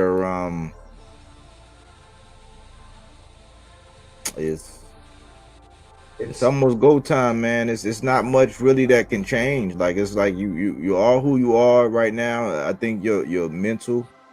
I think Devin's mental has to be he has to be disciplined. I think the thing that he can pretty much change is up here right now. As far as the physical things, it ain't really much you can change about that. I think it's more mental. It's more of the mental reps. I'm gonna stay disciplined, because a lot of people say, oh well, he really would have won that fight with Ryan had he not tried to exchange. It's like, okay, well, mentally he need to stick to his game plan if he can outbox him and be opportunistic like that. My question is this: it's like, if he had hand speed, it's not like he got Mr. Gary Russell hand speed or Sugar Ray Leonard hand speed. I don't even think they be saying Devin got the faster hand speed and the better feet, but I'm like, I don't know how y'all can measure that. I don't know, but I'm this is what I'm saying, man. Devin, don't read the newspaper clippers and listen to these folks out here, man. You are a pro boxer. Your best shot is to box and be opportunistic and rack up the points and frustrate Brian Norman. Make him miss. Yeah. Make him use his feet. You know what I'm saying? Like, don't allow him to have his feet set when he's punching. But hopefully you're not listening to Greg thinking that this man gonna overtrain. Could he overtrain? It's possible.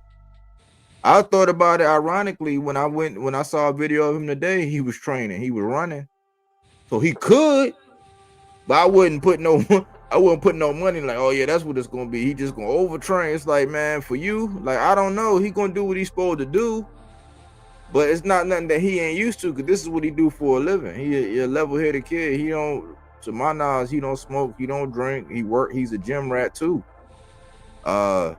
He read books. You know what I'm saying? He like he a chill, you know what I'm saying, chill, low-key person. So I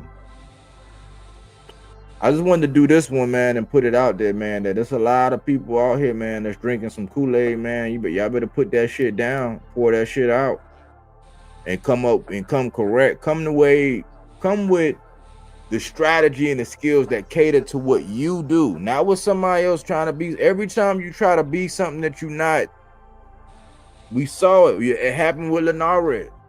It happened with Ryan. Three times the charm, or you know what I'm saying? Like, yeah. And for me, again, I'm a still rock with Devin. You know, win, lose, or draw with this fight. I'm just gonna hope that this might be the situation that gets him where he really needs to be. You feel what I'm saying? And for me, that might be in the fact of taking this L, because everything, like, for people to say that Devin got these faster hands and his footwork and stuff like that, I think you've heard me say over and over again, you know, number one, this is the first fight that in Devin Haney's career, I'm like, you're gonna lose this one. And I'm expecting you to lose this one really, really badly. Number two is, when I talk about the Devin Haney that I have to go back to see the skill set that beats Brian Norman and give this master class that everyone else is talking about, I have to go back to training footage of when he was in Mayweather's gym. I haven't seen that version of Devin Haney since he was in those training videos. So when I look at the guys that he's fought, and some of the guys he looked impressive in front of, you know, when it comes to big fights like this, just like with for me with Bivol and Beterbiev, I put both of them under the microscope, and it was so minute type things I was nitpicking on. But I had to say to myself, I wouldn't be mad who's gonna win this fight at the end of the day. For me, my biggest concern is if it goes to distance, and I've seen Brian Norman really beat the shit out of this dude and dropped him a couple of times. For some reason, he lost the fight on some, you know, Bakaram and Virgil shit. I'm gonna be kind of upset and be like, that's a robbery of this kid. That is fucked up. That is the business of boxing, and it was shit like that made me just stop watching boxing. For the time I stopped watching it, it made me watch UFC. So it's when these egregious things happen. But what I'm saying is can Devin find that flame that made him do at least train in the way he was training before? When I'm looking at the way he's training now, again, I'm doing my best not to read into too much of it, but I'm just not seeing you do the things that, for me as a fan of yours and watched you, you know, where people are talking about the footwork, the IQ, and the hand speed, I am not seeing you train like that. So I'm like, okay, where's this coming from? Are you guys being nostalgic? Are you trying to paint a picture of an old Devin Haney that you are trying to forewarn us? You're dropping Easter eggs that, yeah, he's going to do all of this because, yeah, he's doing all of that other stuff that he used to do back in the day. And the videos that we're looking at are all, you know, smoke and mirrors, because he's going to come out with this excellent footwork and this whatever. And I'm like, okay, so if you don't have a lot of power and you're working on hand speed, that means you're now cutting your power down again, or what you did have, you have to cut it down even more to try to deliver these punches faster. The more you clench your fist, the tighter your fist is. That's going to be, terminal velocity, so to speak. Whatever your muscles can develop that speed, that is it. And the tighter you make that fist, you're adding resistance to that punch. So I don't know. I don't know. I don't know where this stuff is coming from these guys, and it's just like, you guys gotta stop selling the fans this stuff. Just tell us, yeah, it's gonna be a good competitive fight for as long as it is a good competitive fight. And if it's a good competitive fight for 12 rounds, it was a good competitive fight for 12 rounds. But if I'm gonna put money on who's gonna stop who, I'm always gonna go, with in this case, I'm gonna go with Brian Norman. In some cases, I may not do that. You made a point too, and I'm gonna put this out here too. This is my opinion.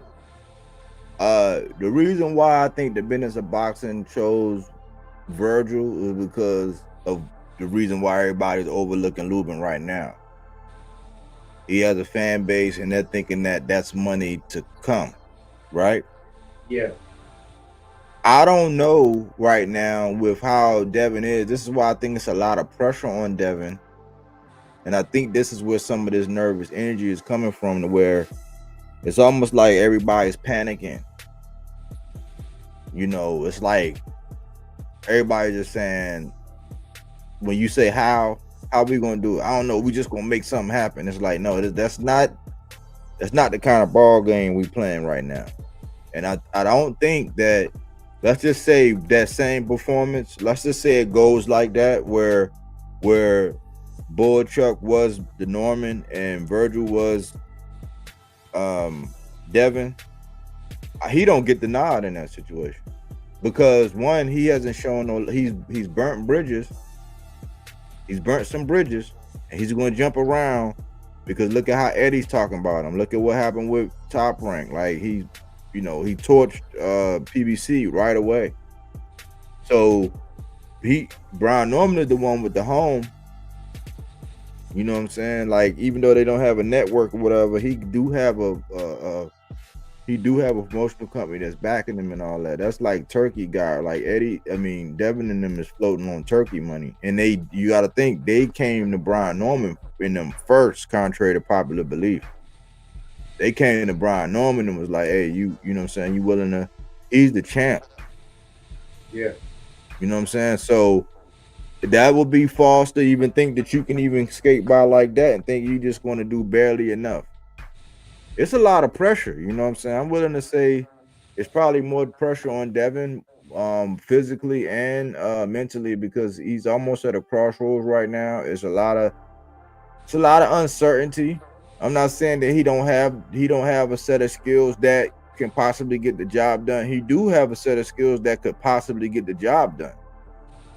It's just that the way that they're sending him in there, and with the fans echoing the sentiments that they echoing, it's gonna have him in a bad way. The stuff that Greg is saying, how he's trolling and they playing around, it's gonna end up bad, man. And I think that Brian Norman he has the more fan-friendlier style. Let's be honest, in the climate of boxing, he is the more aggressive one. He is the one that people say, you know what, I want to see him. Like, you know what I'm saying? You got to think about where we at, the time in which we in right now, and what sells. You know what I'm saying? They want something that they can package up and say, hey, man, you seen that? Because right now, shit, you can pop in a highlight reel from him.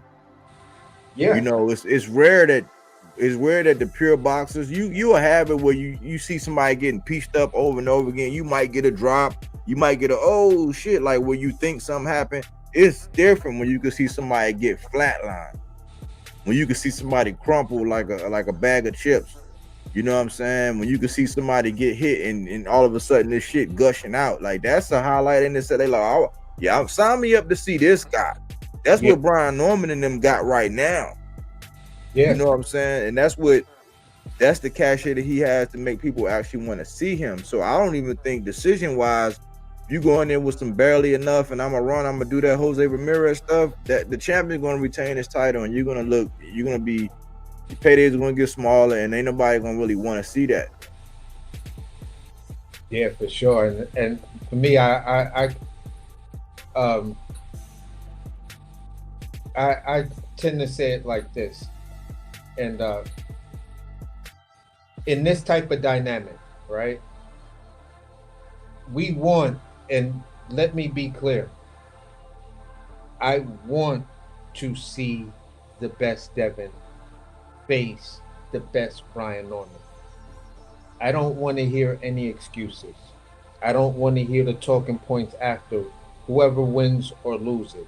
If Devin beats Brian Norman and he beats him for real, just outbox him, put on this master class, expose flaws that we're desperately trying to see, but then it's like, okay, he exposed these flaws, so what was it that didn't make us see these flaws? You feel what I'm saying? If it's a master class like that, oh, beautiful. He gonna get his props, right? But if Brian Norman should be the one in spots outboxing Devin Haney, and then gets the stoppage on Devin Haney, all the talking points, all the hate, you feel what I'm saying? I don't want to hear, well, that was a damaged Devin Haney. I don't want Greg Hackett to come out and say, yeah, he might have just, rushed into the mix too much because, he might not have had the time to get past that whole Ryan thing. And you could, don't listen. Go back to the Ramirez fight. How did he fight him? You could clearly see. And, Greg Hackett's voice is going to be, at the octave that only dogs can fucking hear and shit like that. It's going to be so high. So in making these excuses, that's what I don't want to see. That's what I don't want to hear, because then you guys are taking away from what Brian Norman did. He established himself, number one, as the man at 47. And people, some people were saying, yeah, he did it by default or whatever. How do you do it by default when everybody ducked you? And the main guy clearly ducked you. You guys played the game the first time around, but the second time around, he clearly got the fuck up out of Dodge.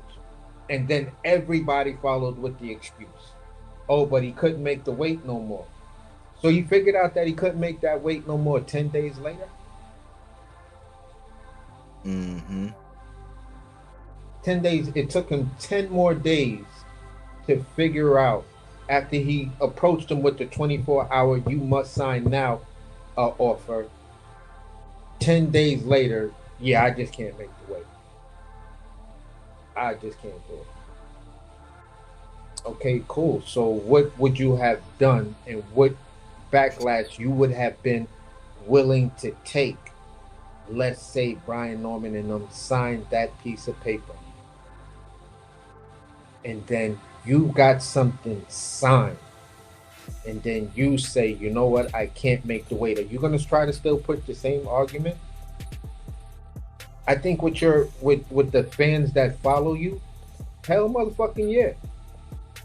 If it ain't broke, why fix it? If they believe that it's always going to be a weight issue for me at 47, look, he's been there forever. He's been there since Earl and Bud and everybody else been there. Yeah, I seen. But he was coming up. So now you telling me he can't make the weight no more. But yet I know people or a person who went to go see his last fight. I got mad love for Philly. Temple University used to be my spot every weekend when I was in college. Me and my mans and we either get in the car and drive down there, or hop on the Amtrak and go down to Philly and go to Temple and just hang out. You're gonna meet some bad chicks from New Jersey or somewhere around the tri-state or whatever area, and y'all gonna lay up with them all weekend long. It was fun. You feel what I'm saying? So yeah. Philly's a fun place, man. So I got nothing but love for Philly. Got nothing but love for Philly musicians, and everything, Philly clubs and everything. So, you know, to see this type of weirdness coming from the Philly crowd, I understand it's hope and it's whatever. You feel what I'm saying? But it's kind of disappointing knowing how real Philly was when I was coming up with it, and that Bosley would have been a young man with two little boys. You feel what I'm saying? So at the time, you know, that realness of Philly is what I remember, and this just blind thing with Philly is just crazy right now for Boots. I get it. I get where you want that hometown hero to come back. You feel what I'm saying? You guys got the Rocky statue up there. You got the other notable fighter that has a statue in Philly and shit like that. The guy who had the tragic passing or something like that. There's a memorial for him and shit like that out in Philly. So yeah, I get it. Home of the Liberty Bell. I mean, what the fuck, bro? But let's not tear down the Atlanta hometown hero. Let him build up his cachet like y'all got going for Philly. Let Brian Norman have his moment to build that up at his. You feel what I'm saying? Because I think one of the last real ones coming out of Atlanta, it all may be about Evander Holyfield. So let the young man get to his Holyfield status. If he's gonna grow to be that hometown hero like that, which I think he has every bit of possibility, because it's like, damn, I want to go down south and hang out with that dude. You know what I'm saying? We ain't got to go to the club. Me and that young man could go fishing. We can go squirrel hunting. You feel what I'm saying? We could do some straight up country shit. I don't give a fuck about the clubs. I just want to hang out with the dude. Let's just go fishing and chop it up. You feel what I'm saying? Let's go hunting for some shit and just chop it up. You know? So let's just walk through nature and just chop it up. Like, nah, back here is, it's over here and this and that. This is the swamp area of Georgia. You'll find real gators and shit like that over here. And this put me on to the state. So let Brian Norman, the brand of Brian Norman Jr. grow. We don't need two different fan bases collaborating together to try to fuck this dude over. The fuck is y'all scared of? Yeah, because he's showing niggas bleed like us. Because he's showing the energy that we need, but I think it's a little bit of the times. It's a little sign of the times right now. So some of it's not specific just to, what I'm saying, that camp. Like, because, when I look at like Core, he doing the same thing. Like, when you a champion, it's a risk when you go be a sparring partner for somebody as a champion. Yeah. You shouldn't really be, like, most champions ain't doing that. Like, they bring in people to get ready and all that, but they're not going to go be sparring partner. But this new era have different set of rules. Yeah. Like, if you look at what's going on right now, all these guys who were champions and high level fighters going to go be sparring partners somewhere else. And then if you look at who's chasing what, like who's actually chasing the champion, like, because let's be honest, Virgil is not a champion right now, and he's tied up in a fight with Lubin. But that's who everybody's talking about with this guy over here, William Zepeda. He wasn't a champion; he was an interim guy, but he was not the champion. And Shakur was chasing him. It's just the sign of the sign of the times in this era as far as how they're moving. Yeah. And the fan base that they got will allow it because we're so thirsty for the next big star. But then you got somebody like Devin. He's stepping up to have his biggest test ever. I don't care what anybody say. This is his biggest test ever. That's why I'm saluting him. You got somebody like Brian taking on a guy with a resume like that and defending the strap. You know what I'm saying? Against that beehive that he got. You got to salute that kind of energy, man. We got to get behind that kind of energy, and all three of them, that's going to be hopefully we get hopefully that's a triangle that we get completed. You know, I think that this is the beginning of it with Norman and Devin, but Devin should have to fight Boots. Norman should have to fight Boots. Boots should have to fight Devin. Yeah, and I think that I'm gonna say it like this, and I don't know if some people will agree, some people will disagree. Brian Norman beats Devin Haney.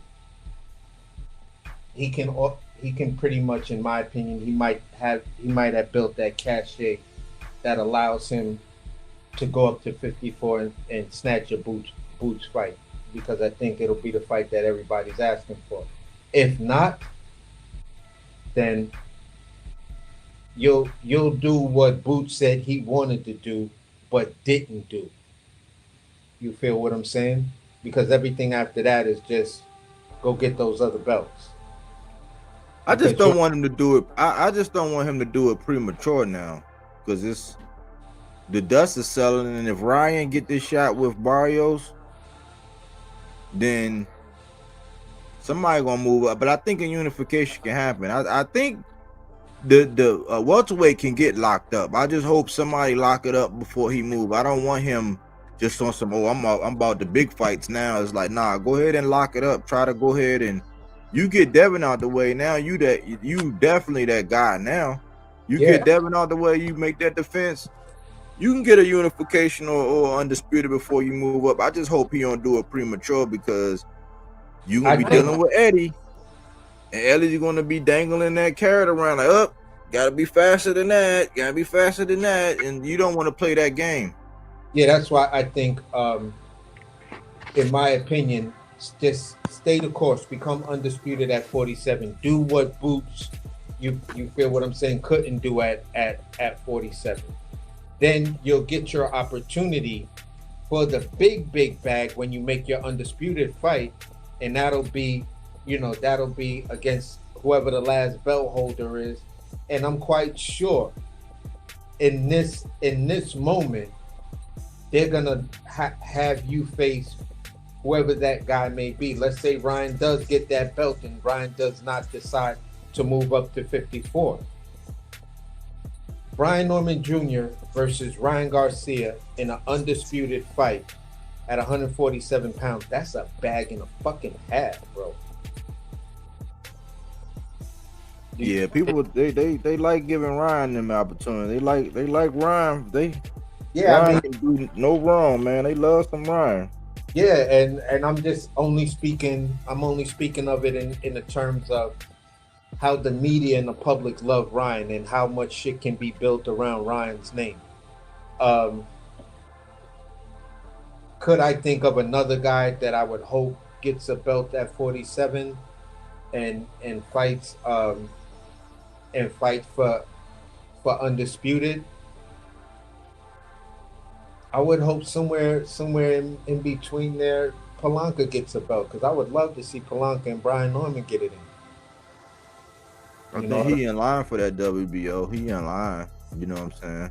So at the end of the day, like just do your thing at 47, clear it out.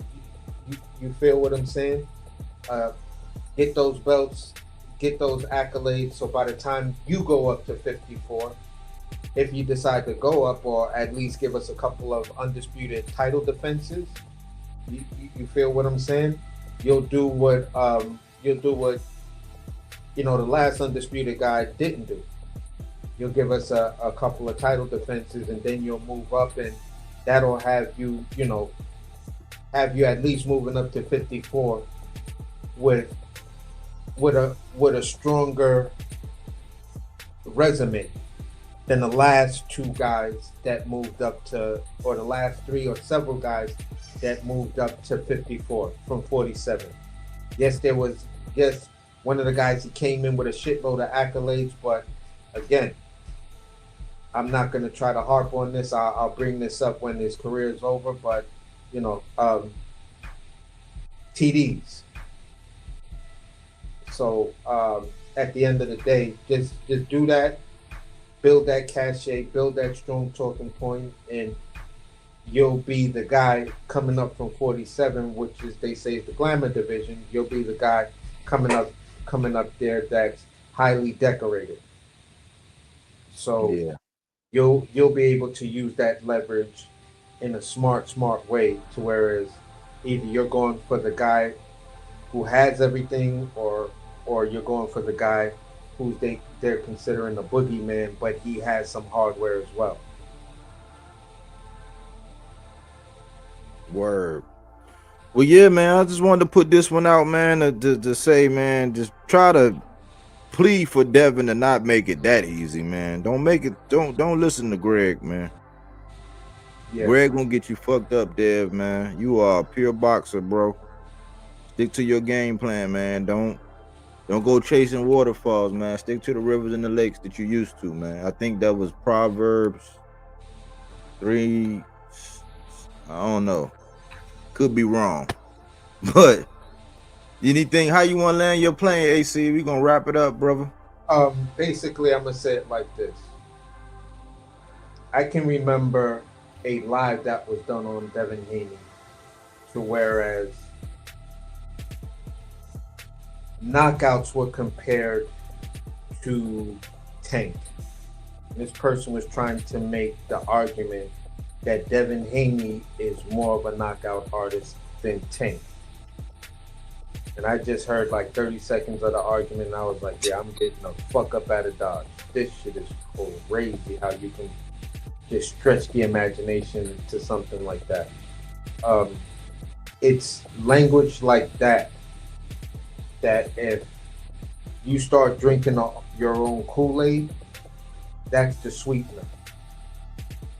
So if you want to make that sweet ass Kool-Aid that like Shorty was making in Friday, and then big dude sitting there in the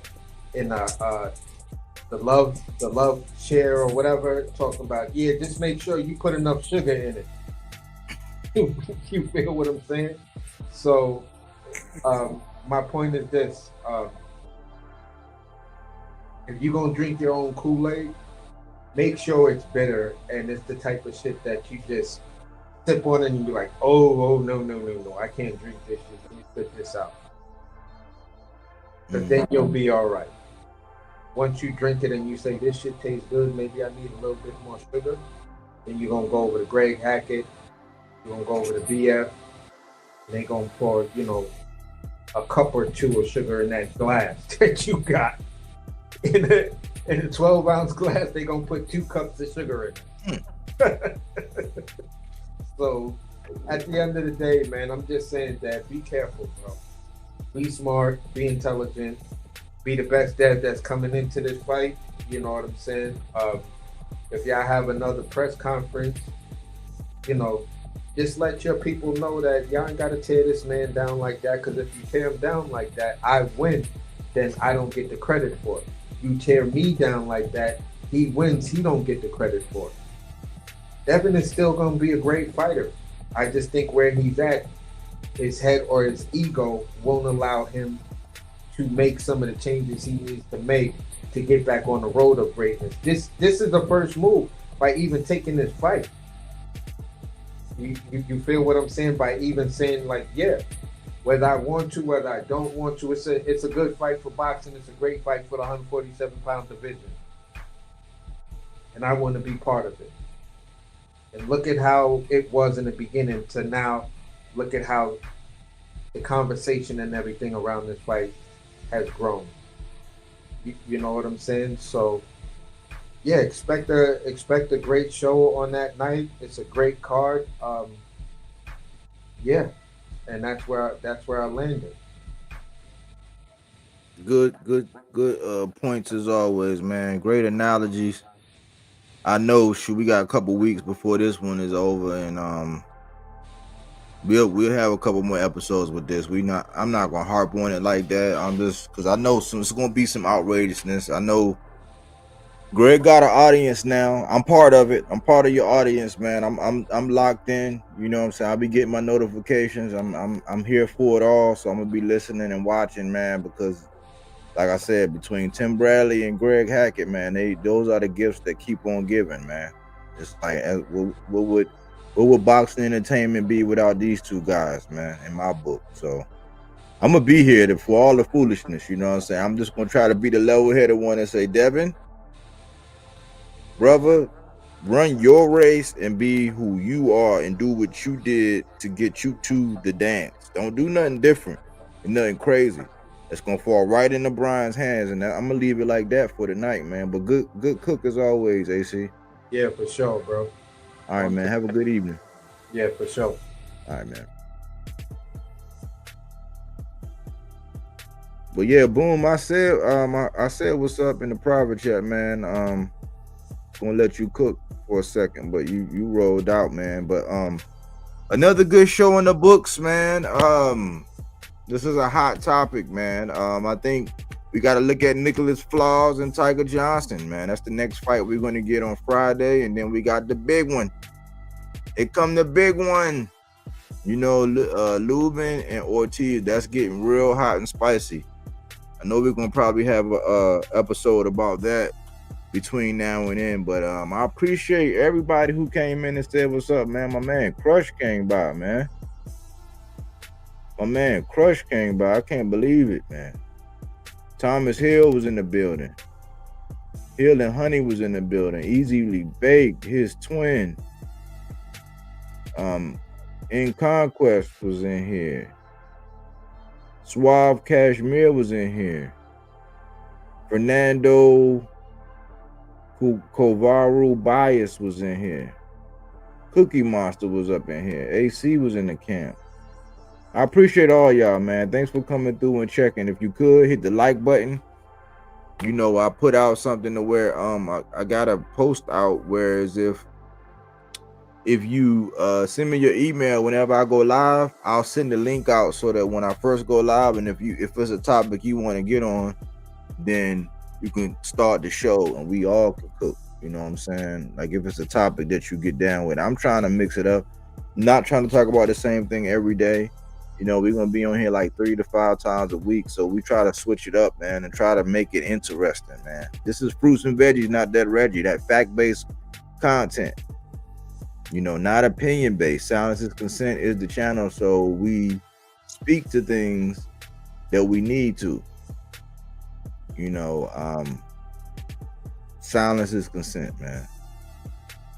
All it takes for evil to prevail is for grown men and women to remain silent. So we speak to those things. I got Haney stopping Norman in 6 or 7 rounds. That's what's up, man. I wouldn't put no money on that, but good stuff. You know what I'm saying? I wouldn't waste a one red dime on that, man. I don't know when the last time he stopped somebody in 6 or 7 rounds. He couldn't even stop Regis, and he had him hurt bad. And Regis was on a one-way rehydration clause. He put a one-way rehydration clause on that man. He still couldn't stop that man. Knock it off. Knock it off, man. Knock it off, brother. Knock it off, man. Don't go chasing waterfalls. Stick to the rivers and the lakes that you used to, man. Anyways, thanks for choosing Bodywork Boxing. But we don't take things for face value. We do that body work. He didn't want to box. He wanted to actually prove that he could punch with you. He was like, what the fuck is this nigga right? Oh, okay. You want to go to sleep. You tired. Welcome to